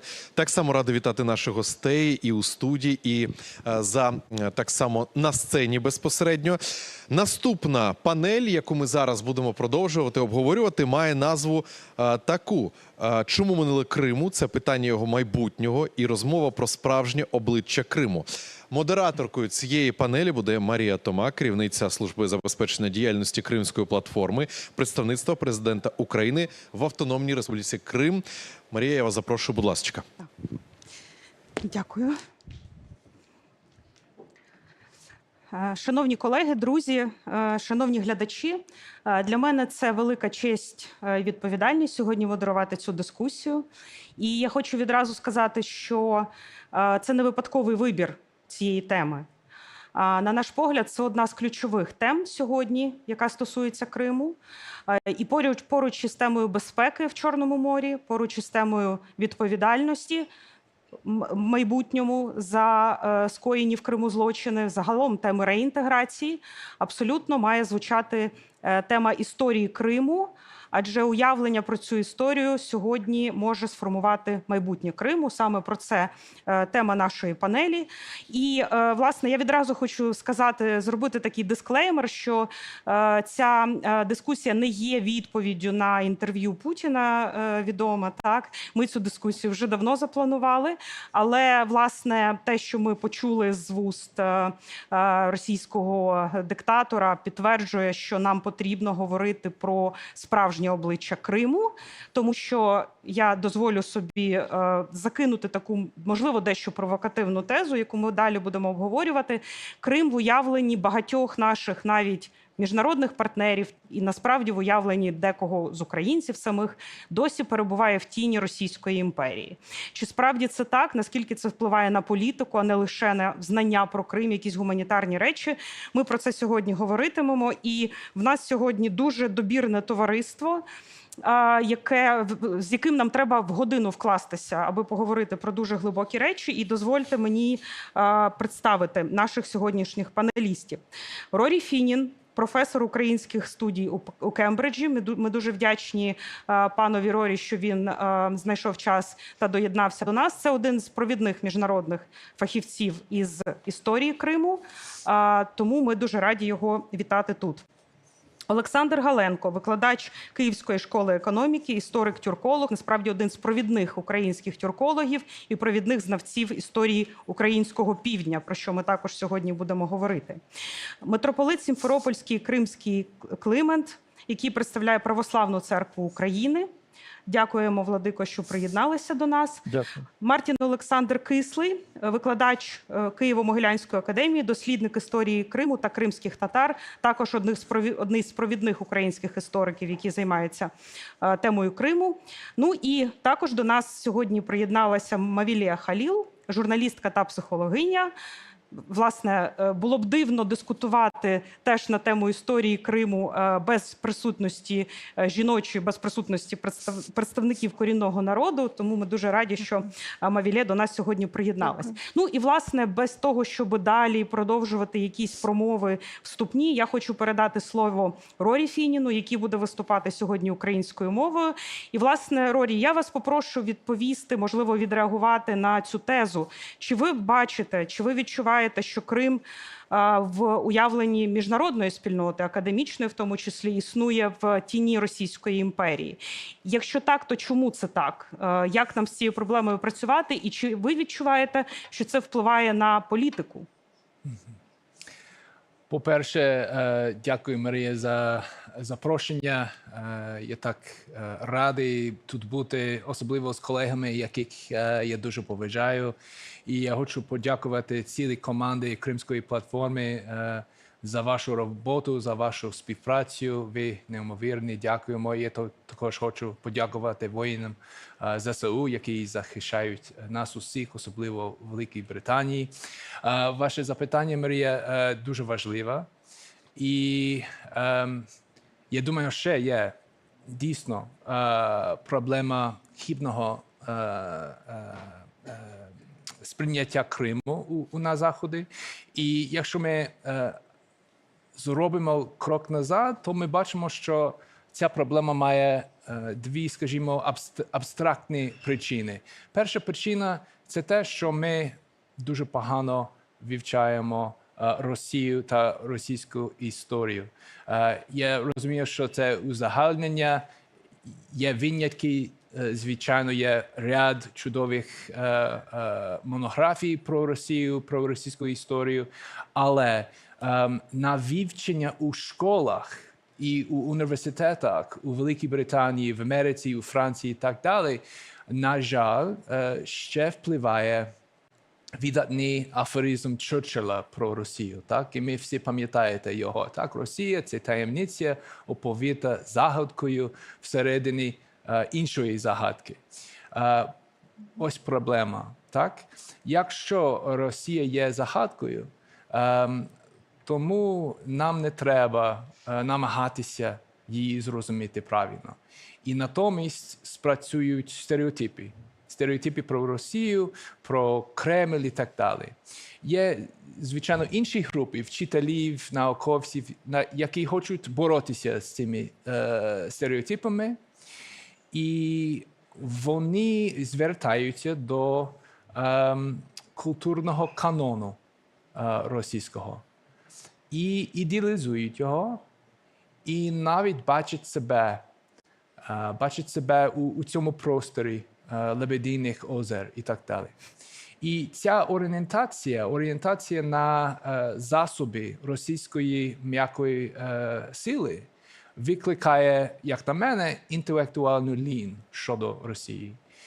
Це дуже велика проблема. Тому що вивчати найбільшу країну у світі легше, якщо вивчати тільки Москву або Петербург. Вивчати, наприклад, Пастернака або Мандельштама – це приємніше, ніж вивчати імперіалістичні вірші Тютчева, наприклад, або агресивні шовіністичні романи таких псевдоавторів, як Григорій Савицький та інші, які дехуманізують українців і висміюють український національний проект. Тобто через цю інтелектуальну лінь мені здається, що експансійні ідеї російської, на жаль, такі ідеї, як так званого слав'янського братерства та нібито воссоєднання, так? Вони часто не ставляться під сумнів у західному контекстах. І другою абстрактною причиною, Марія, і це наше неповне дослідження феномену імперії. Так? Дуже часто і давно вживалось, що імперія – це те, що має океан, який відокремлює центр або метропол імперії від її колонії. Тобто на Заході традиційні морські імперії були у центрі уваги нашого дослідження, і особливо у центрі уваги таких істориків та теоретиків, як Едвард Саїд, Анібал Хіханов і так далі. І в результаті ми просто недостатньо досліджували сухопутні імперії, як Росію. Так, і є інші історичні фактори також. І це особливо важливо в Великій Британії, де є дуже сильна пам'ять Кримської війни всередині 19 століття. Як ми всі пам'ятаємо, у середині 19 століття була імперська битва титанів, так? Коли османські, британські, європейські союзники протистояли Росію за контроль Чорноморського регіону. Це дуже важливо пам'ятати, тому що Кримська війна була так званою першою у світі війною у кріслах. Так? Це значить, що Кримська війна була драмою, яка охопила глядачів у всьому світі, що схоже на реальний час за допомогою технології, як і телеграф. І в результаті на когнітивних картах у Європі війна посилила зв'язок між Кримом та Росією, і особливо між назвами навіть Крим та Росію. І це сталося на західних ментальних картах. І, на жаль, цей ефект дуже тривалий, Марія, і зберігається донині. Так, дякую за цей огляд і особливо за це словосполучення «простір Лебединих озер». Я думаю, що ми будемо ще до нього звертатися. І зараз пан Рорі говорив про недостатність дослідження історії сухопутних імперій, а також у нас є проблема недослідженості або поганого усвідомлення і включення історії Півдня в загальний наратив української історії. мабуть. І тут, можливо, пан Олександр Галенко може з цього приводу висловитися. Пане Олександре, ми з вами про це говорили, мене свого часу дуже здивувала ця цитата Омеляна Пріцака, який також легендарний, можна сказати, історик український, ваш вчитель, про те, що кримські татари на рівні з козаками є предками українців. Я думаю, що для багатьох це може бути таким дивним або те, що може викликати подив, ця теза. Але, очевидно, це так. Розтлумачте її, будь ласка, для нас. І чому, на ваш погляд, історія Півдня досі залишається витісненою в нашій картині про історію України? Добре. Дякую. І дякую, що ви поставили питання про Омеляна Пріцака. Омелян Пріцак, я нагадаю вам, засновник або організатор Гарвардського українського наукового інституту, і в цьому сенсі це та людина, завдяки якій Україна жила в академічному середовищі, світовому, ще до здобуття незалежності. І він був в такий спосіб одним з творців української незалежності. Ви бачите, без присутності України в академічному світі ми можемо волати дуже довго, але куди ми доволаємося – це велике питання. Я радий, що професор Рональд Фінін представляє тепер інший, теж провідний світовий університет, і так само є керівником, професором кафедри українських студій, очолює в Кембриджському університеті. Так що це продовжувач конкретної справи професора Пріцака.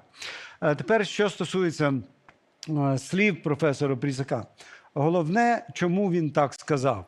Він сказав ці слова в 90-му році на першому конгресі українців. Який сенс він в це вкладав? Він закликав перемінити наш погляд на історію України. З погляду історії України як історію українського народу на історію держави, хоча Україна тоді ще не була державою.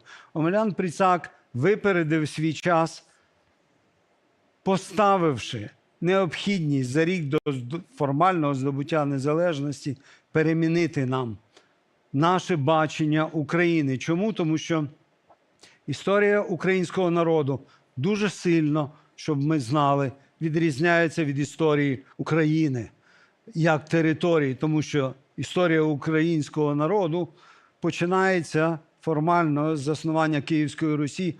Натомість у нас 1500 років історії було вже до того, і ця історія була півдня.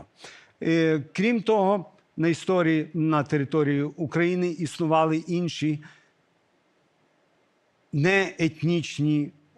іншоетнічні українські, неукраїнські території. І саме в цьому сенсі професор Пріцак і говорив. Він говорив, усі процеси етнічно неукраїнських державних структур повинні вивчатися об'єктивно на рівні з етнічно-українськими державами без тіні будь-якого культурного месіанізму, теорії найменшого зла або проєктування необхідності української колонізації або українізації етнічно неукраїнського населення в минуле. Історик козацької доби повинен паралельно і безпристрасно трактувати як і державу війська Запорізького, так і Кримський ханат. У такому підході татари не дикі зайди, грабіжники, а на рівні із запорожцями наші предки. Я маю оригінал відбитку цієї доповіді професора Пріцака, підписану 90-м роком. На жаль, чому ми не включені, чому наш південь відсутній? Тому що до кінця 18 століття, поки тут на цій землі були присутня Османська імперія і Кримський ханат, ці території були поза межами і історії України, і історії Російської імперії.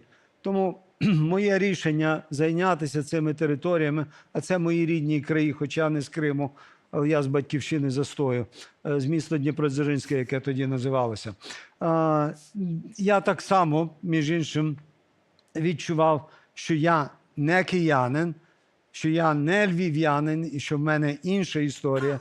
І тому заняття історією українського півдня – це заняття історією моєї малої батьківщини, про яку Омелян Писак пише. Я дозволю собі лише тепер, уже через, бачите, понад 30 років, поділитися з вами короткими буквально гаслами, чому Крим – це Україна, чому він такий важливий для України, і що нам треба знати, і що нам треба прийняти. І це шлях до, в тому числі, порозуміння із кримськими татарами. Чому це так важливо? І чому професор Пицак половину своєї доповіді, по суті, присвятив історії Криму? Чому історія Криму мусить війти до історії України? Тому що історія Криму, по суті, є ключем до історії України. Тому що половина історії України – це половина, це південь. Яким чином південь опинився в складі України? Південь, як і Крим, в цілому є частиною етнічної української території. А коли він війшов до складу України? Він війшов до складу України впродовж помонгольської доби. Монголи, які зруйнували нам Русь, вони в той же час відкрили шлях до розширення української етнічної території на південь, що українці і опанували, і без всякої Москви.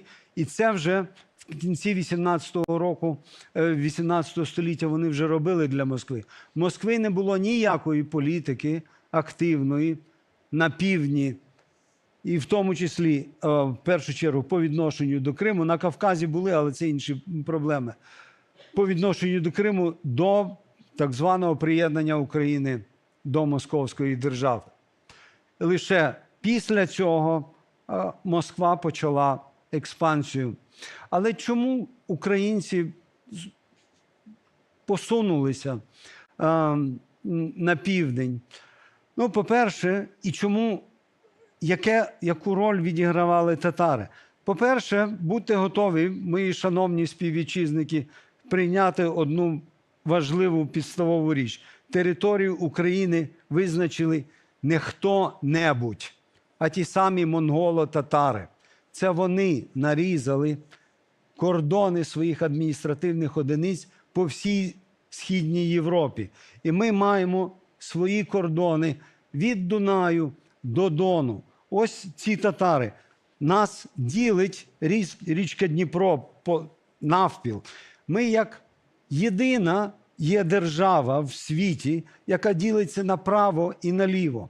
Я вам нагадаю, що один з титулів кримських ханів був начальник правого і лівого крила. Це той титул, яким вони користувалися до 18 століття.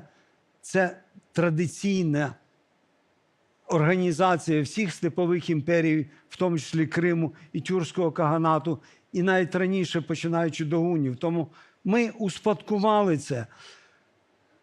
Українці рушили ось в цих кордонах, і не лише Україна була організована таким чином, але я не хочу перетворювати зараз свою презентацію на лекцію. Чому? Да, завдяки Європі, завдяки тому, що українці вміли адаптуватися до невідомих умов. Я нагадаю вам, що за часи Київської Русі південний кордон Київської Русі знаходився за 30 кілометрів від місця, де ми з вами розмовляємо, на Стугні. Туди виходили полки Святослава Ізяславича в 1093 році битися з половцями. А Чигирин, козацька столиця, знаходилася за 300 кілометрів вже. І тому подібне. Тому включення Криму до складу етнічної території українців – це не чиясь заслуга, це результат української нації. Але тут є ключ до розуміння цього результату. Українці, на відміну від морських імперій, які зі готовою технологією на своїх кораблях, з європейським прогресом, який випереджав відсталі примітивні народи, пробачте за таку характеристику, Африки і Латинської Америки, Індонезії, я не знаю, Австралії, цілого світу, нав'язав себе і свої встановив колоніальне панування. Українці кого мали перед собою? Кримський ханат, Османську імперію, світову потугу. Українці вчилися від татар і від турків, і багато чого запозичили.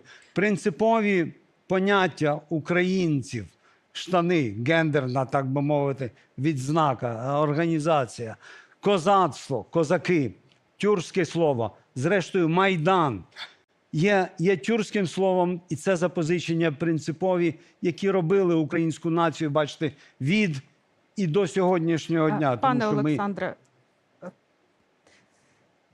пристосували ці поняття і ці інститути, ми їх живцем запозичували, але вдосконалювали, ми адаптували їх. Пане Олександре, Отже, вибачте, змушена вас трошечки Так, зупинити. я тепер закінчу. Ось чому для українців кримські татари і стосунки з півднем важливі.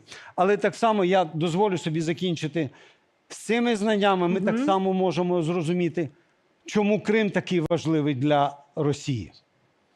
Тому що, по-перше, Крим є місцем, де хрестився князь Володимир. До цього йде російська міфологія стосунку до світової релігії християнства і до світової імперії, так само не забуваємо, Візантійської імперії, тому що Москва себе позиціонує Третім Римом. Друга річ.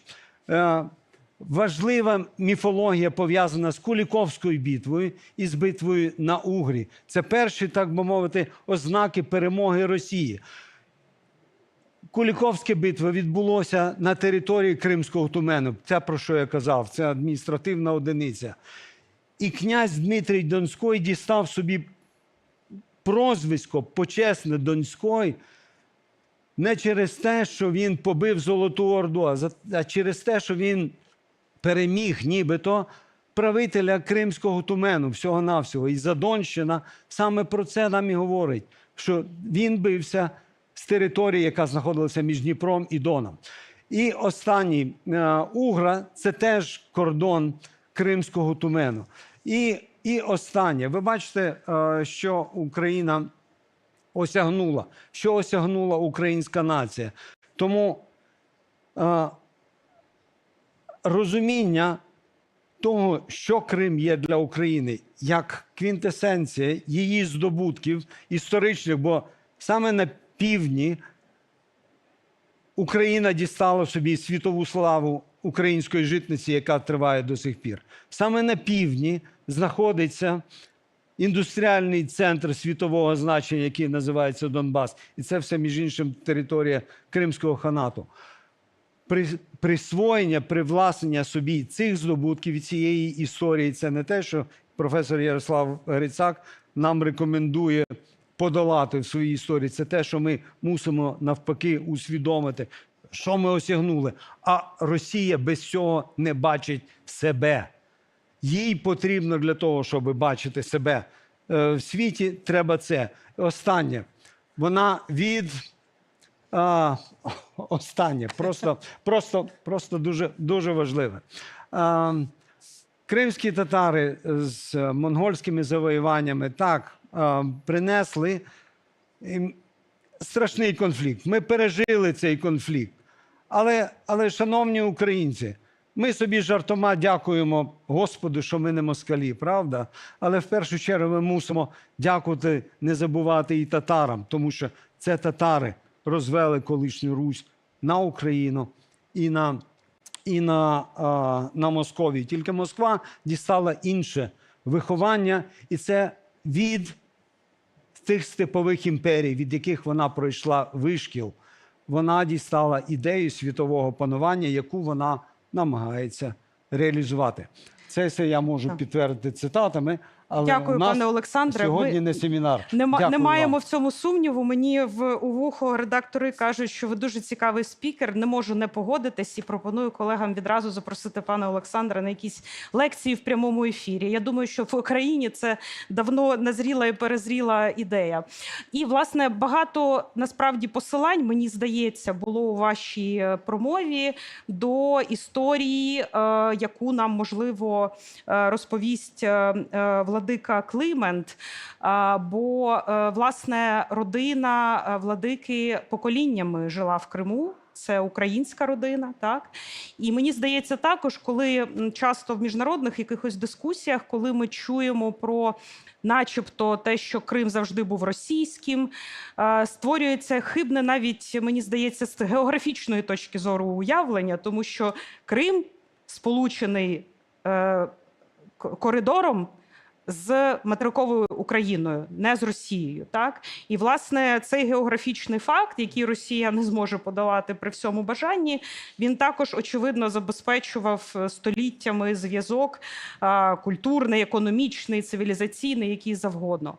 І, звісно, коли ми говоримо про Православну Церкву України, зараз це вже інша історія, це історія про вигнання з окупованого Криму, про те, що особливо після повномасштабного вторгнення, по суті, Православної Церкви України на території Криму не існує.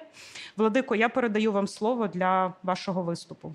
Дякую за запрошення. Слава Ісусу Христу, слава Україні. Героям слава. На початку ми повинні віддати честь і шану мужнім воїнам, героям, які ціною власного життя захищають нашу державу. Багато кримчан боронять Україну від ворога, наближаючи той час, коли всі ми повернемось і увійдемо до свого дому Крим. 10 років тому розпочалась війна. Війна розпочалась з Криму. Для мене війна почалась, коли я стояв під дулами російських автоматів в селі Перевальному, прикриваючи своєю спиною українських воїнів. Я тоді кричав: захистіть нас. Я тоді питав світ, чи ви хочете мати в Європі другого Гітлера? На превеликий жаль, тоді ніхто не хотів на це звертати увагу. А вже сьогодні війна прийшла в наш дім, в дома всіх українців. Я хочу нагадати 17 статтю Конституції України. Захист суверенітету і територіальної цілісності України є найважливішими функціями держави і всього українського народу. Скільки ще повинно загинути українських воїнів, скільки ще повинні ми віддати своєї української землі окупанту, щоб той, хто сьогодні виступає проти мобілізації, усвідомив, що наступною жертвою окупанта буде саме він, його діти і його родина. Нас що, нічому не навчив Крим 2014 року? 10 років боротьби за збереження кафедрального собору в місті Сімферополі. Саме Православна Церква України за ці роки зробила все, щоб українці Криму збереглися як нація. Православна Церква України – це єдина релігійна організація в Криму, яка не зареєструвалася за російським законодавством. Бо одна справа говорити, що ми не визнаємо законів Російської Федерації в Криму, а інша справа – не визнавати і діяти. Українці Криму не стали колаборантами. Було дуже символічно, що постанова Верховної Ради України про збереження кафедрального собору святих Володимира і Ольги в місті Сімферополі набула чинності саме 24 лютого 2022 року. В умовах Великої війни, завдяки старанням віце-прем'єр-міністра Ірини Верещук, підтримки представництва президента України в Криму, була прийнята історична постанова уряду щодо передачі кафедрального собору віруючим Кримської єпархії Православної Церкви України. Постанова, яка юридично захищала би кафедральний собор від знищення і дала б можливість в подальшому в міжнародних судах вести справи. Але через невиконання міністром культури України постанови уряду 11 травня 2024 року російська окупаційна влада офіційно ліквідувала кафедральний собор. Православна церква України в Криму припинила своє існування. Після цього було багато нарад і в уряді, і в Міністерстві культури. Були доручення, які до сих пір не виконані. За 10 років війни Міністерством культури і інформаційної політики України нічого не зроблено для збереження національної культурної спадщини. Культура. За 10 років після окупації не звільнено керівництво закладів культури Автономної Республіки Крим та міста Севастополь, які залишилися в Криму. На підконтрольній Києву території України не було відновлено роботу Кримського академічного українського театру, трупа якого в 1955 році після приєднання Криму до України переїхала саме з Києва до Криму. І цей театр в 2014 році було ліквідовано. Не проведено аудит національно-культурних цінностей, які залишилися в Криму і які назавжди втрачені. Це стосується і окупованих територій.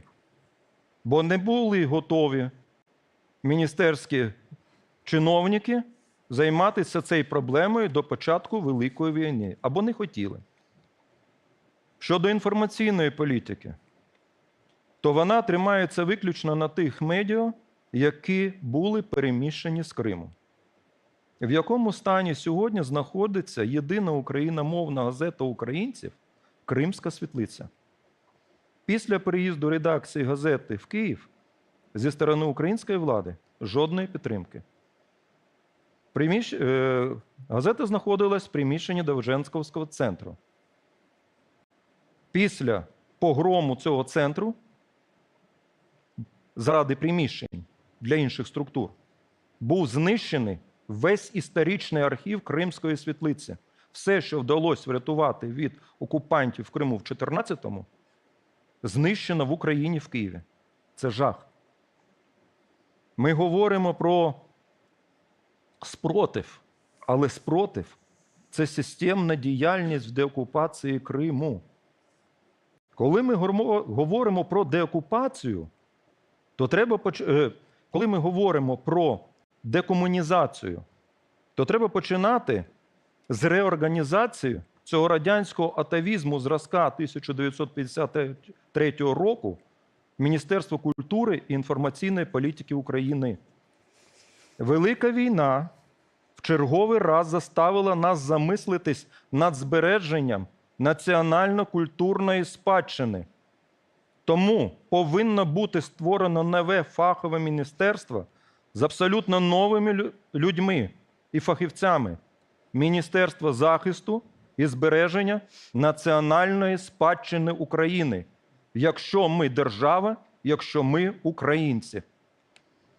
Освіта. До 2014 року в Криму всього 7 шкіл з українською формою навчання. Решта 600 – російськомовні. Після окупації Криму жодної школи, де би викладалась українська мова. Міжнародний суд ООН своїм рішенням визнав це проявом расової дискримінації саме по відношенню до українців Криму. Я хочу, щоб всі нарешті усвідомили те, що війна почалася з гуманітарної сфери, знищення національної ідентичності.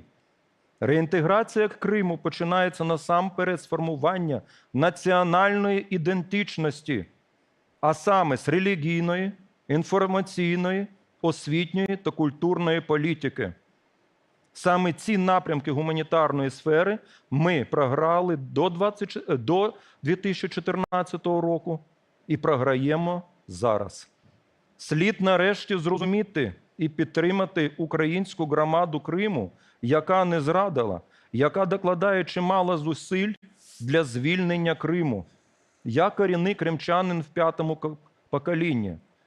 За всю історію мого роду моя родина багато разів втрачала все.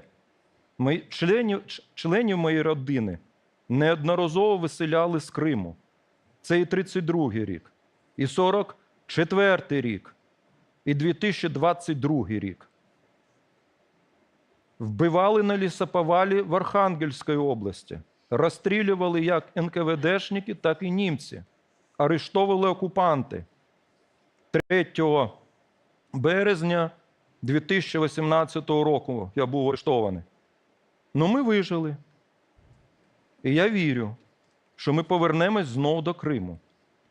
Коли ми говоримо про майбутнє Криму, ми повинні усвідомити помилки минулого. Бо без цього усвідомлення неможливо ні повернення, ні майбутнє. Я бажаю нашим воїнам-захисникам держави України здоров'я, многих благих літ, а тим, хто загинули, вічна пам'ять. З нами Бог, з нами Україна, за нами перемога. Дякую вам дуже всім за увагу, вам за запрошення. Дякую, Владико. В тому числі за те, що поділилися своєю сімейною історією. І тут я би все ж таки хотіла відразу звернутися до Мавіле, так, тому що це теж про персональні історії з одного боку. З іншого боку, повертаючись до проблеми формування міжнародних наративів, завжди дуже неприємно читати в міжнародній пресі, коли Крим передусім описують як місце, де любили проводити свої вакації російські царі або імператори. Так? Натомість історія про депортацію кримських татар, центральна подія, як на мене, ХХ століття для Криму, залишається ніби чимось другорядним. Чи відчуваєте ви проблему цього сприйняття? Чи все ж таки можна говорити про те, що воно вирівнюється? Так? І чи можливе, на ваш погляд, або, скажімо так, як прискорити формування спільного наративу історичного щодо Північного Причорномор'я, щодо Криму для українців і кримських татар, з вашого погляду, як культурологині? Добрий день, Ассаляму алейкум. Дякую за запрошення. Для мене честь бути в такій панелі з такими людьми. Дуже дякую. Я почну трошки здалеку. Сьогодні я, коли їхала сюди, я чула, якраз був час новин, і я чула новини Українського радіо. І жодним рядком не було згадано про події в Криму 10-річної давності. Чи є Крим в повістці дня сьогодні України? Чи є в Україні консенсус з приводу Криму, який ми можемо запропонувати Заходу? Чи є всередині України домовленість про те, як ми презентуємо Крим світу, як частину української держави і як батьківщину корінного народу Криму? Якщо ми візьмемо 44-й рік і депортацію, то, мабуть, коли ми будемо порівнювати чисельність жертв ХХ століття, депортація буде виглядати як звичайна трагедія ХХ століття. Бо ми знаємо, скільки мільйонів українців померло від Голодомору, скільки євреїв було закатовано в період Холокосту. Але депортація кримських татар відрізняється тим, що було намагання знищити весь народ, не залишити жодного сліду. Знищувався не тільки народ фізично. Більша проблема в тому, що знищувалась повністю культура народу, історія народу, його кримські сліди фактично. І ми зараз бачимо, що ці процеси продовжуються.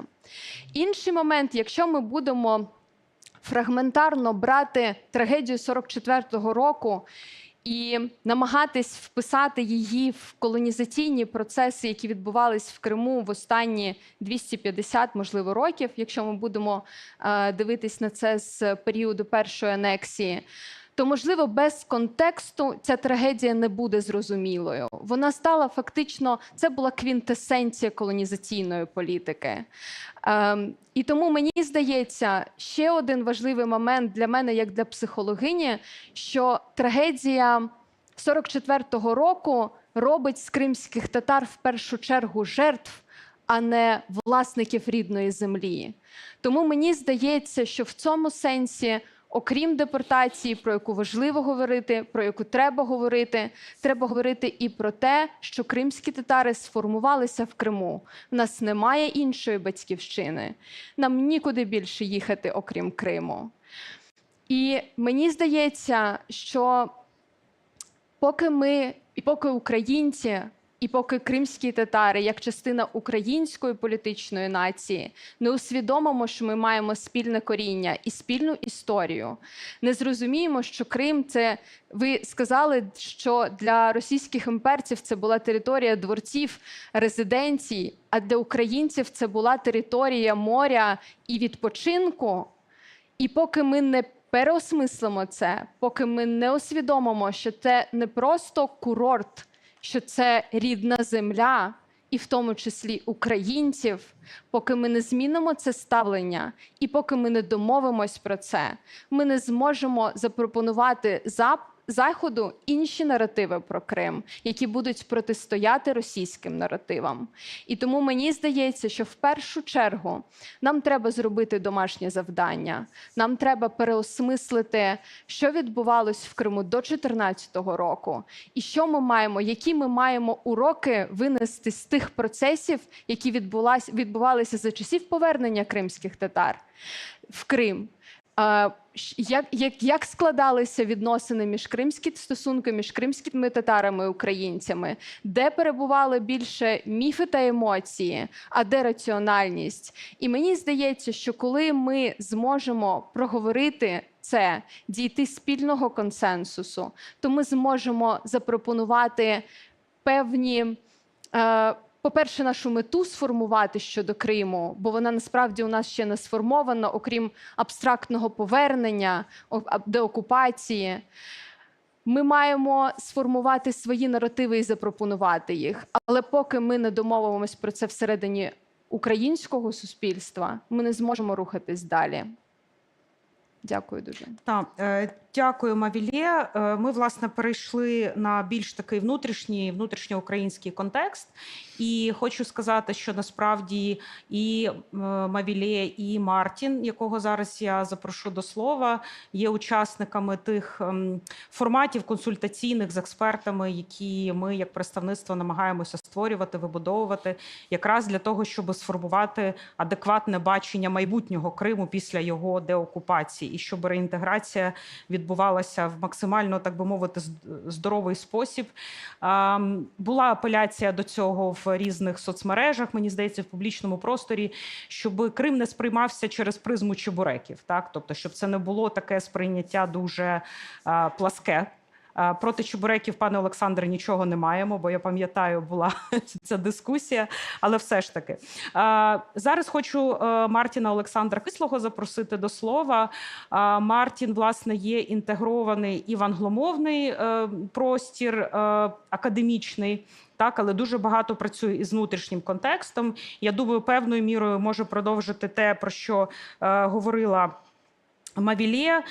Наскільки ця проблема викривленого сприйняття Криму, яка є однією, можливо, зі складових нашої історичної травми, заподіяною колоніалізмом російським або імперським російським шовінізмом, наскільки це зараз дається в знаки, і наскільки, оскільки я вже апелювала до того, що Мартін бере участь в напрацюванні політик реінтеграційних, наскільки ви вбачаєте, що це буде проблемою для майбутньої реінтеграції Криму, таке сприйняття? Да, дякую за надане слово. Дякую всім, хто зробив можливу цю панель, цей захід, цю трансляцію.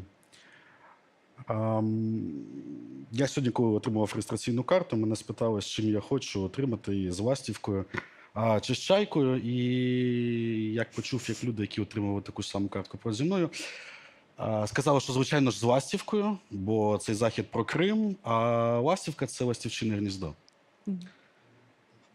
Давайте спитаємо себе відверто, з чим у нас асоціюється з Крим. Це або ластівчине гніздо, або, напевно, це якась лазурь, блакить і кіпаріси. Якщо я вам скажу, що кіпаріси в Крим завіз Потьомкін, це вас здивує? Вочевидь, тих, хто не був знайомий з цим, так. Ми справді перебуваємо в полоні, несвідомому полоні. Тих знань, які ми успадкували. Знань про цей півострів, про його корінних мешканців. І ці знання формують нашу поведінку, наше ставлення, наше сприйняття, паттерни наших дій. Добре, що це є несвідомим, погано, коли це стає свідомим наслідуванням. І, вочевидь, тут потрібні запобіжні заходи. Насамперед, на мою думку, як представника академії, наукової спільноти, викладача університетського, це освіта. Це освіта базова, як і середня шкільна, так це освіта і вища. І освіта неформальна, освіта громадська. Ми справді вкрай мало знаємо про Крим. На жаль, ми для себе його перевідкрили в 2014 році.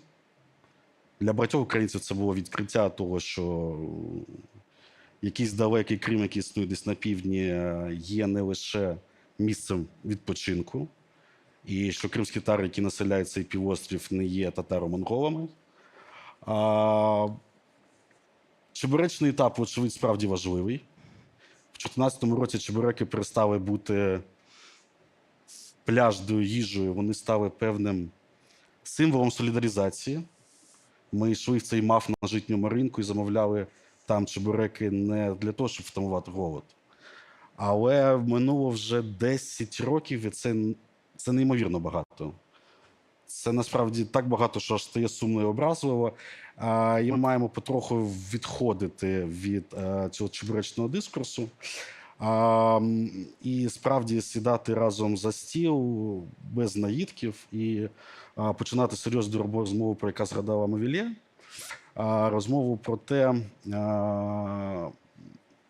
яким є фундамент нашого майбутнього бачення Криму. Бо українська історія, і ми це зрозуміли з того, що нам розповідав пан Олександр Галенко, це є неймовірно складною річчю, яку неможливо опанувати і пояснити в простих схемах. Вона не є просто таймлайном, який можна розгорнути в шкільному підручнику і опанувати, готуючись до іспиту. Вся ця множинність вимірів і поліфонія, вона насправді є чудовою. Звичайно, є якісь базові переконання, з якими ми маємо сідати за цей стіл і домовлятися про майбутнє Криму. На мою думку, якщо вже було згадано 1944 рік, це відновлення справедливості.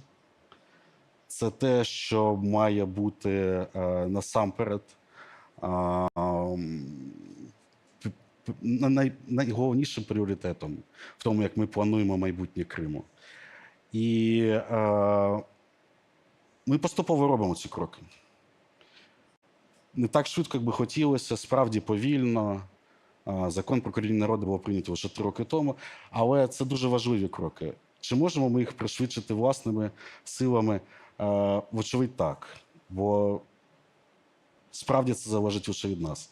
Ми можемо нарікати на Захід, ми можемо нарікати на те, як глибоко вкорінений російський імперський дискурс про Крим, сьогодні починаючи від вступних слів до останньої панелі слово імперія і колоніалізм, деколонізація, вони лунали постійно. Вочевидь, ми вже вимушені визнати, що ми опинилися в цьому дискурсі, нам нема куди з нього тікати, тому ми маємо бути сповна свідомими нього, переосмислювати наше минуле, готуватися до складних відповідей самим себе, але бути чесними і гідними. Дякую. Так. Дякую, Мартіне. Можливо, щоб дати можливість нашим спікерам чудовим висловитися на завершення, очевидно, нашої дискусії, я хочу поставити коротке запитання. Попрошу всіх обмежитися 2 хвилинами. Єдиний виняток, можливо, Рорі, оскільки він здалеку їхав, ми дамо йому можливість трошечки більше часу для того, щоб висловитися. Власне, це питання, воно певною мірою банальне, я перепрошую за це, але все ж таки повномасштабне вторгнення, саме повномасштабне вторгнення Росії в Україну стало тригером, який спричинив, власне, зростання інтересу до України. Всередині країни ми дуже часто чуємо розмову про колоніальність, антиколоніальність, подолання колоніальності, про російську імперськість. Тобто ці слова, в принципі, почали вживатися. Але і на міжнародному рівні про Україну багато переосмислюють. Але чи означає це все ж таки переосмислення Криму? Питання, чи повномасштабне вторгнення Росії в Україну може або стало тим фактором, який позитивно, вибачте, але як є, впливає на більше розуміння Криму, краще, глибше, ось справжнє обличчя Криму. Рорі. На міжнародному рівні я не бачу дуже певні і великі зміни до нашого дослідження щодо Криму. Я думаю, що це тільки питання часу. І це питання про також внутрішній політиці тут у Україні, тому що є такий дуже потужний російський наратив щодо Криму, який протягом десятиліть впливали на історичну та культурну свідомість українців. І впливали туди також на свідомість британців, американців і так далі. Коли є зміни тут, в Україні, я думаю, що буде певні зміни також в Америці, в Англії також. Я пам'ятаю, наприклад, розмову в 2008 році тут у Києві. І це була розмова між Сергієм Жаданом та Ігорем Сідом. Сід є російський культурний діяч, він давно очолював так званий Кримський клуб. І Сід попросив Жадана назвати українських письменників, які писали про Крим, які акцентували увагу про Крим. І Жадан просто не зміг дуже швиденько відповісти. І він пояснив, що на його думки була якась неозвученість і непрописаність української літератури щодо Криму. І Сід дуже цікаво було. Сід відповів, що сучасним українським письменникам треба писати більше про Крим, і таким чином ми в Україні будуть володіти Кримом. Це дуже цікава ідея, але нам треба розуміти, що наше завдання сьогодні – це культурна деокупація. Якщо це відбувається тут в Україні, я думаю, що це можна відбуватися в Європі. Така культурна деокупація чи когнітивна деокупація, чи інша назва можна сказати також. Але це наше завдання сьогодні, тому що ми знаємо, як військова деокупація відбувається завдяки ЗСУ, і нам не треба чекати завершення військової деокупації. Нам можна тепер, прямо зараз, вивчати кримсько-татарську мову, вивчати історію Криму. Ми можемо це зробити зараз. Якщо ми разом це зробити, я думаю, що стан справ змінюється на міжнародному рівні. Так, дякую, Рорі. Олександре, 2 хвилини, будь ласка. Так, я дякую за додаткові 2 хвилини. Захід потребує, крім всього іншого, і я згоден з Аліною Фроловою, яка про це згадала. Потрібно друкувати, потрібно якісно досліджувати з покликаннями на джерела, тому що інакше академічне середовище не розмовляє. Але академічне середовище може так само ставити питання, вести діалог, те, про що Мавіле і Олександр говорять. Так, нам тут, в Україні, треба спочатку між собою розмовляти і розмовляти про правду, яка, як казав Оскар Уайлд, ніколи, вірніше, дуже рідко буває чистою і ніколи простою. Тому це є проблема. Але я оптимістично завершу свою місію на цьому столі. Те, що я вам сказав про зв'язок України і Криму, вони нас підводять до дуже важливої думки, яку я не встиг висловити, і в якій я пошлюся на відому тезу Нормана Дейвіса про те, що Московія плюс Україна – це Російська імперія. Без України Російської імперії не існує. Україна є ключем до Російської імперії, але Крим є ключем до України. Чому? Одна ремарка. Кримський ханат – це найдовша в історії держава, яка правилася чингізідами, які були власниками світової імперії. Про це Карл Маркс писав, що Петро І всотав в себе ідею світового панування. І це те, що світове панування – це те, що не дає Путіну спокою, і спадщина Петра І. Тому насправді Крим є дуже простою мовою, звертаючись і до українців, і до міжнародної спільноти, я можу сказати, це є Кощеєва гілка Російської імперії, яка дозволяє їй існувати і претендувати на життя далі і загрожувати світовою війною. Це все. Дякую, Олександре. Владико, ваше завершальне слово. В лютому 2014 році відбулася політика умиротворення Путіна мировими країнами світу і всім світом. І думали так, що якщо віддадуть Крим, то не буде Великої війни. На превеликий жаль, відбулося все те, що відбулося в Європі в 30-х роках. Дозволили Гітлеру забрати територію Чехословаччини, розв'язалася війна. Дозволили Путіну забрати Крим, розв'язалася війна.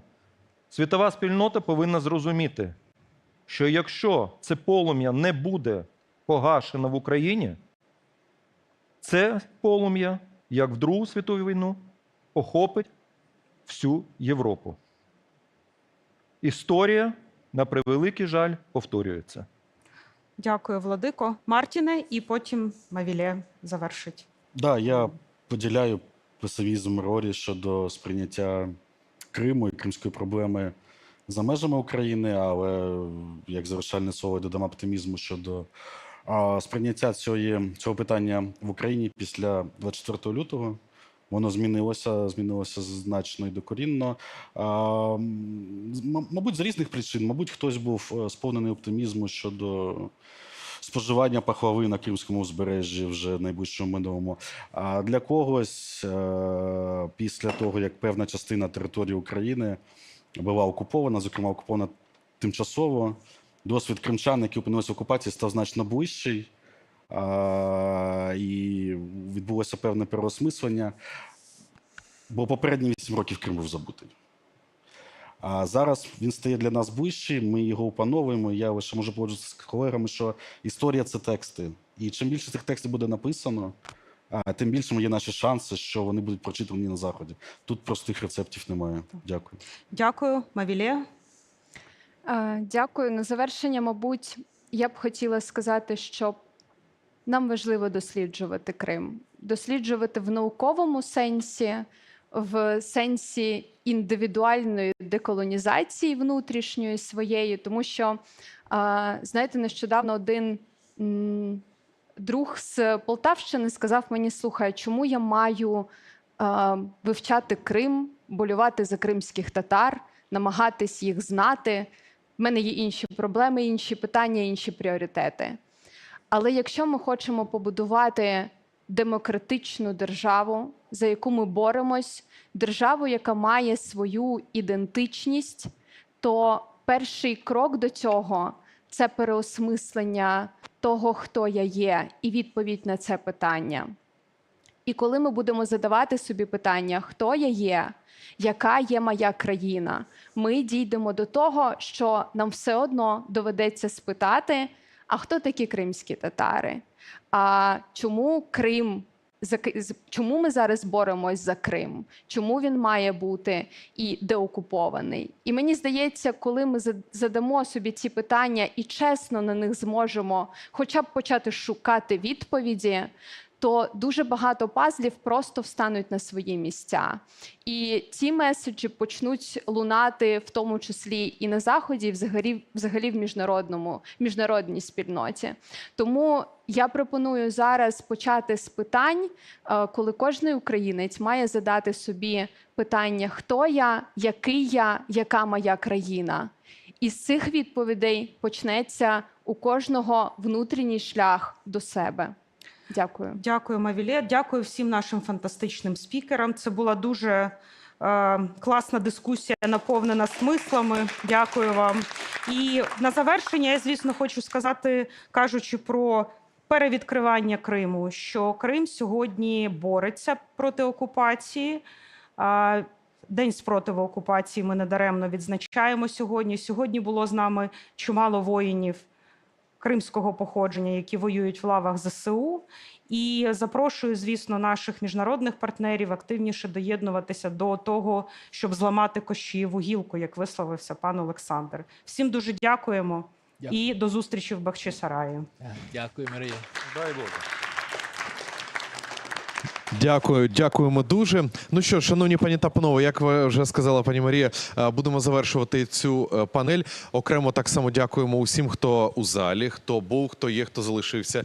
Шановні гості, вам так само дякую. І так само дякую нашим глядачам, які нас дивляться в онлайн-платформах. Це не менш важливо, тому що цей форум, всі ці панелі, вони транслювалися онлайн на усіх платформах. Це і представництво президента України в Автономній Республіці Крим, офіційна Фейсбук-сторінка, так само і Ютуб-канал, і телеканалів, і інформаційних партнерів, яким, до речі, треба окремо сказати так само дякую за допомогу в організації цього форуму. Нагадаю ще раз, це представництво президента України в Автономній Республіці Крим, Кримська платформа, державне підприємство «Мультимедійна платформа іномовлення України».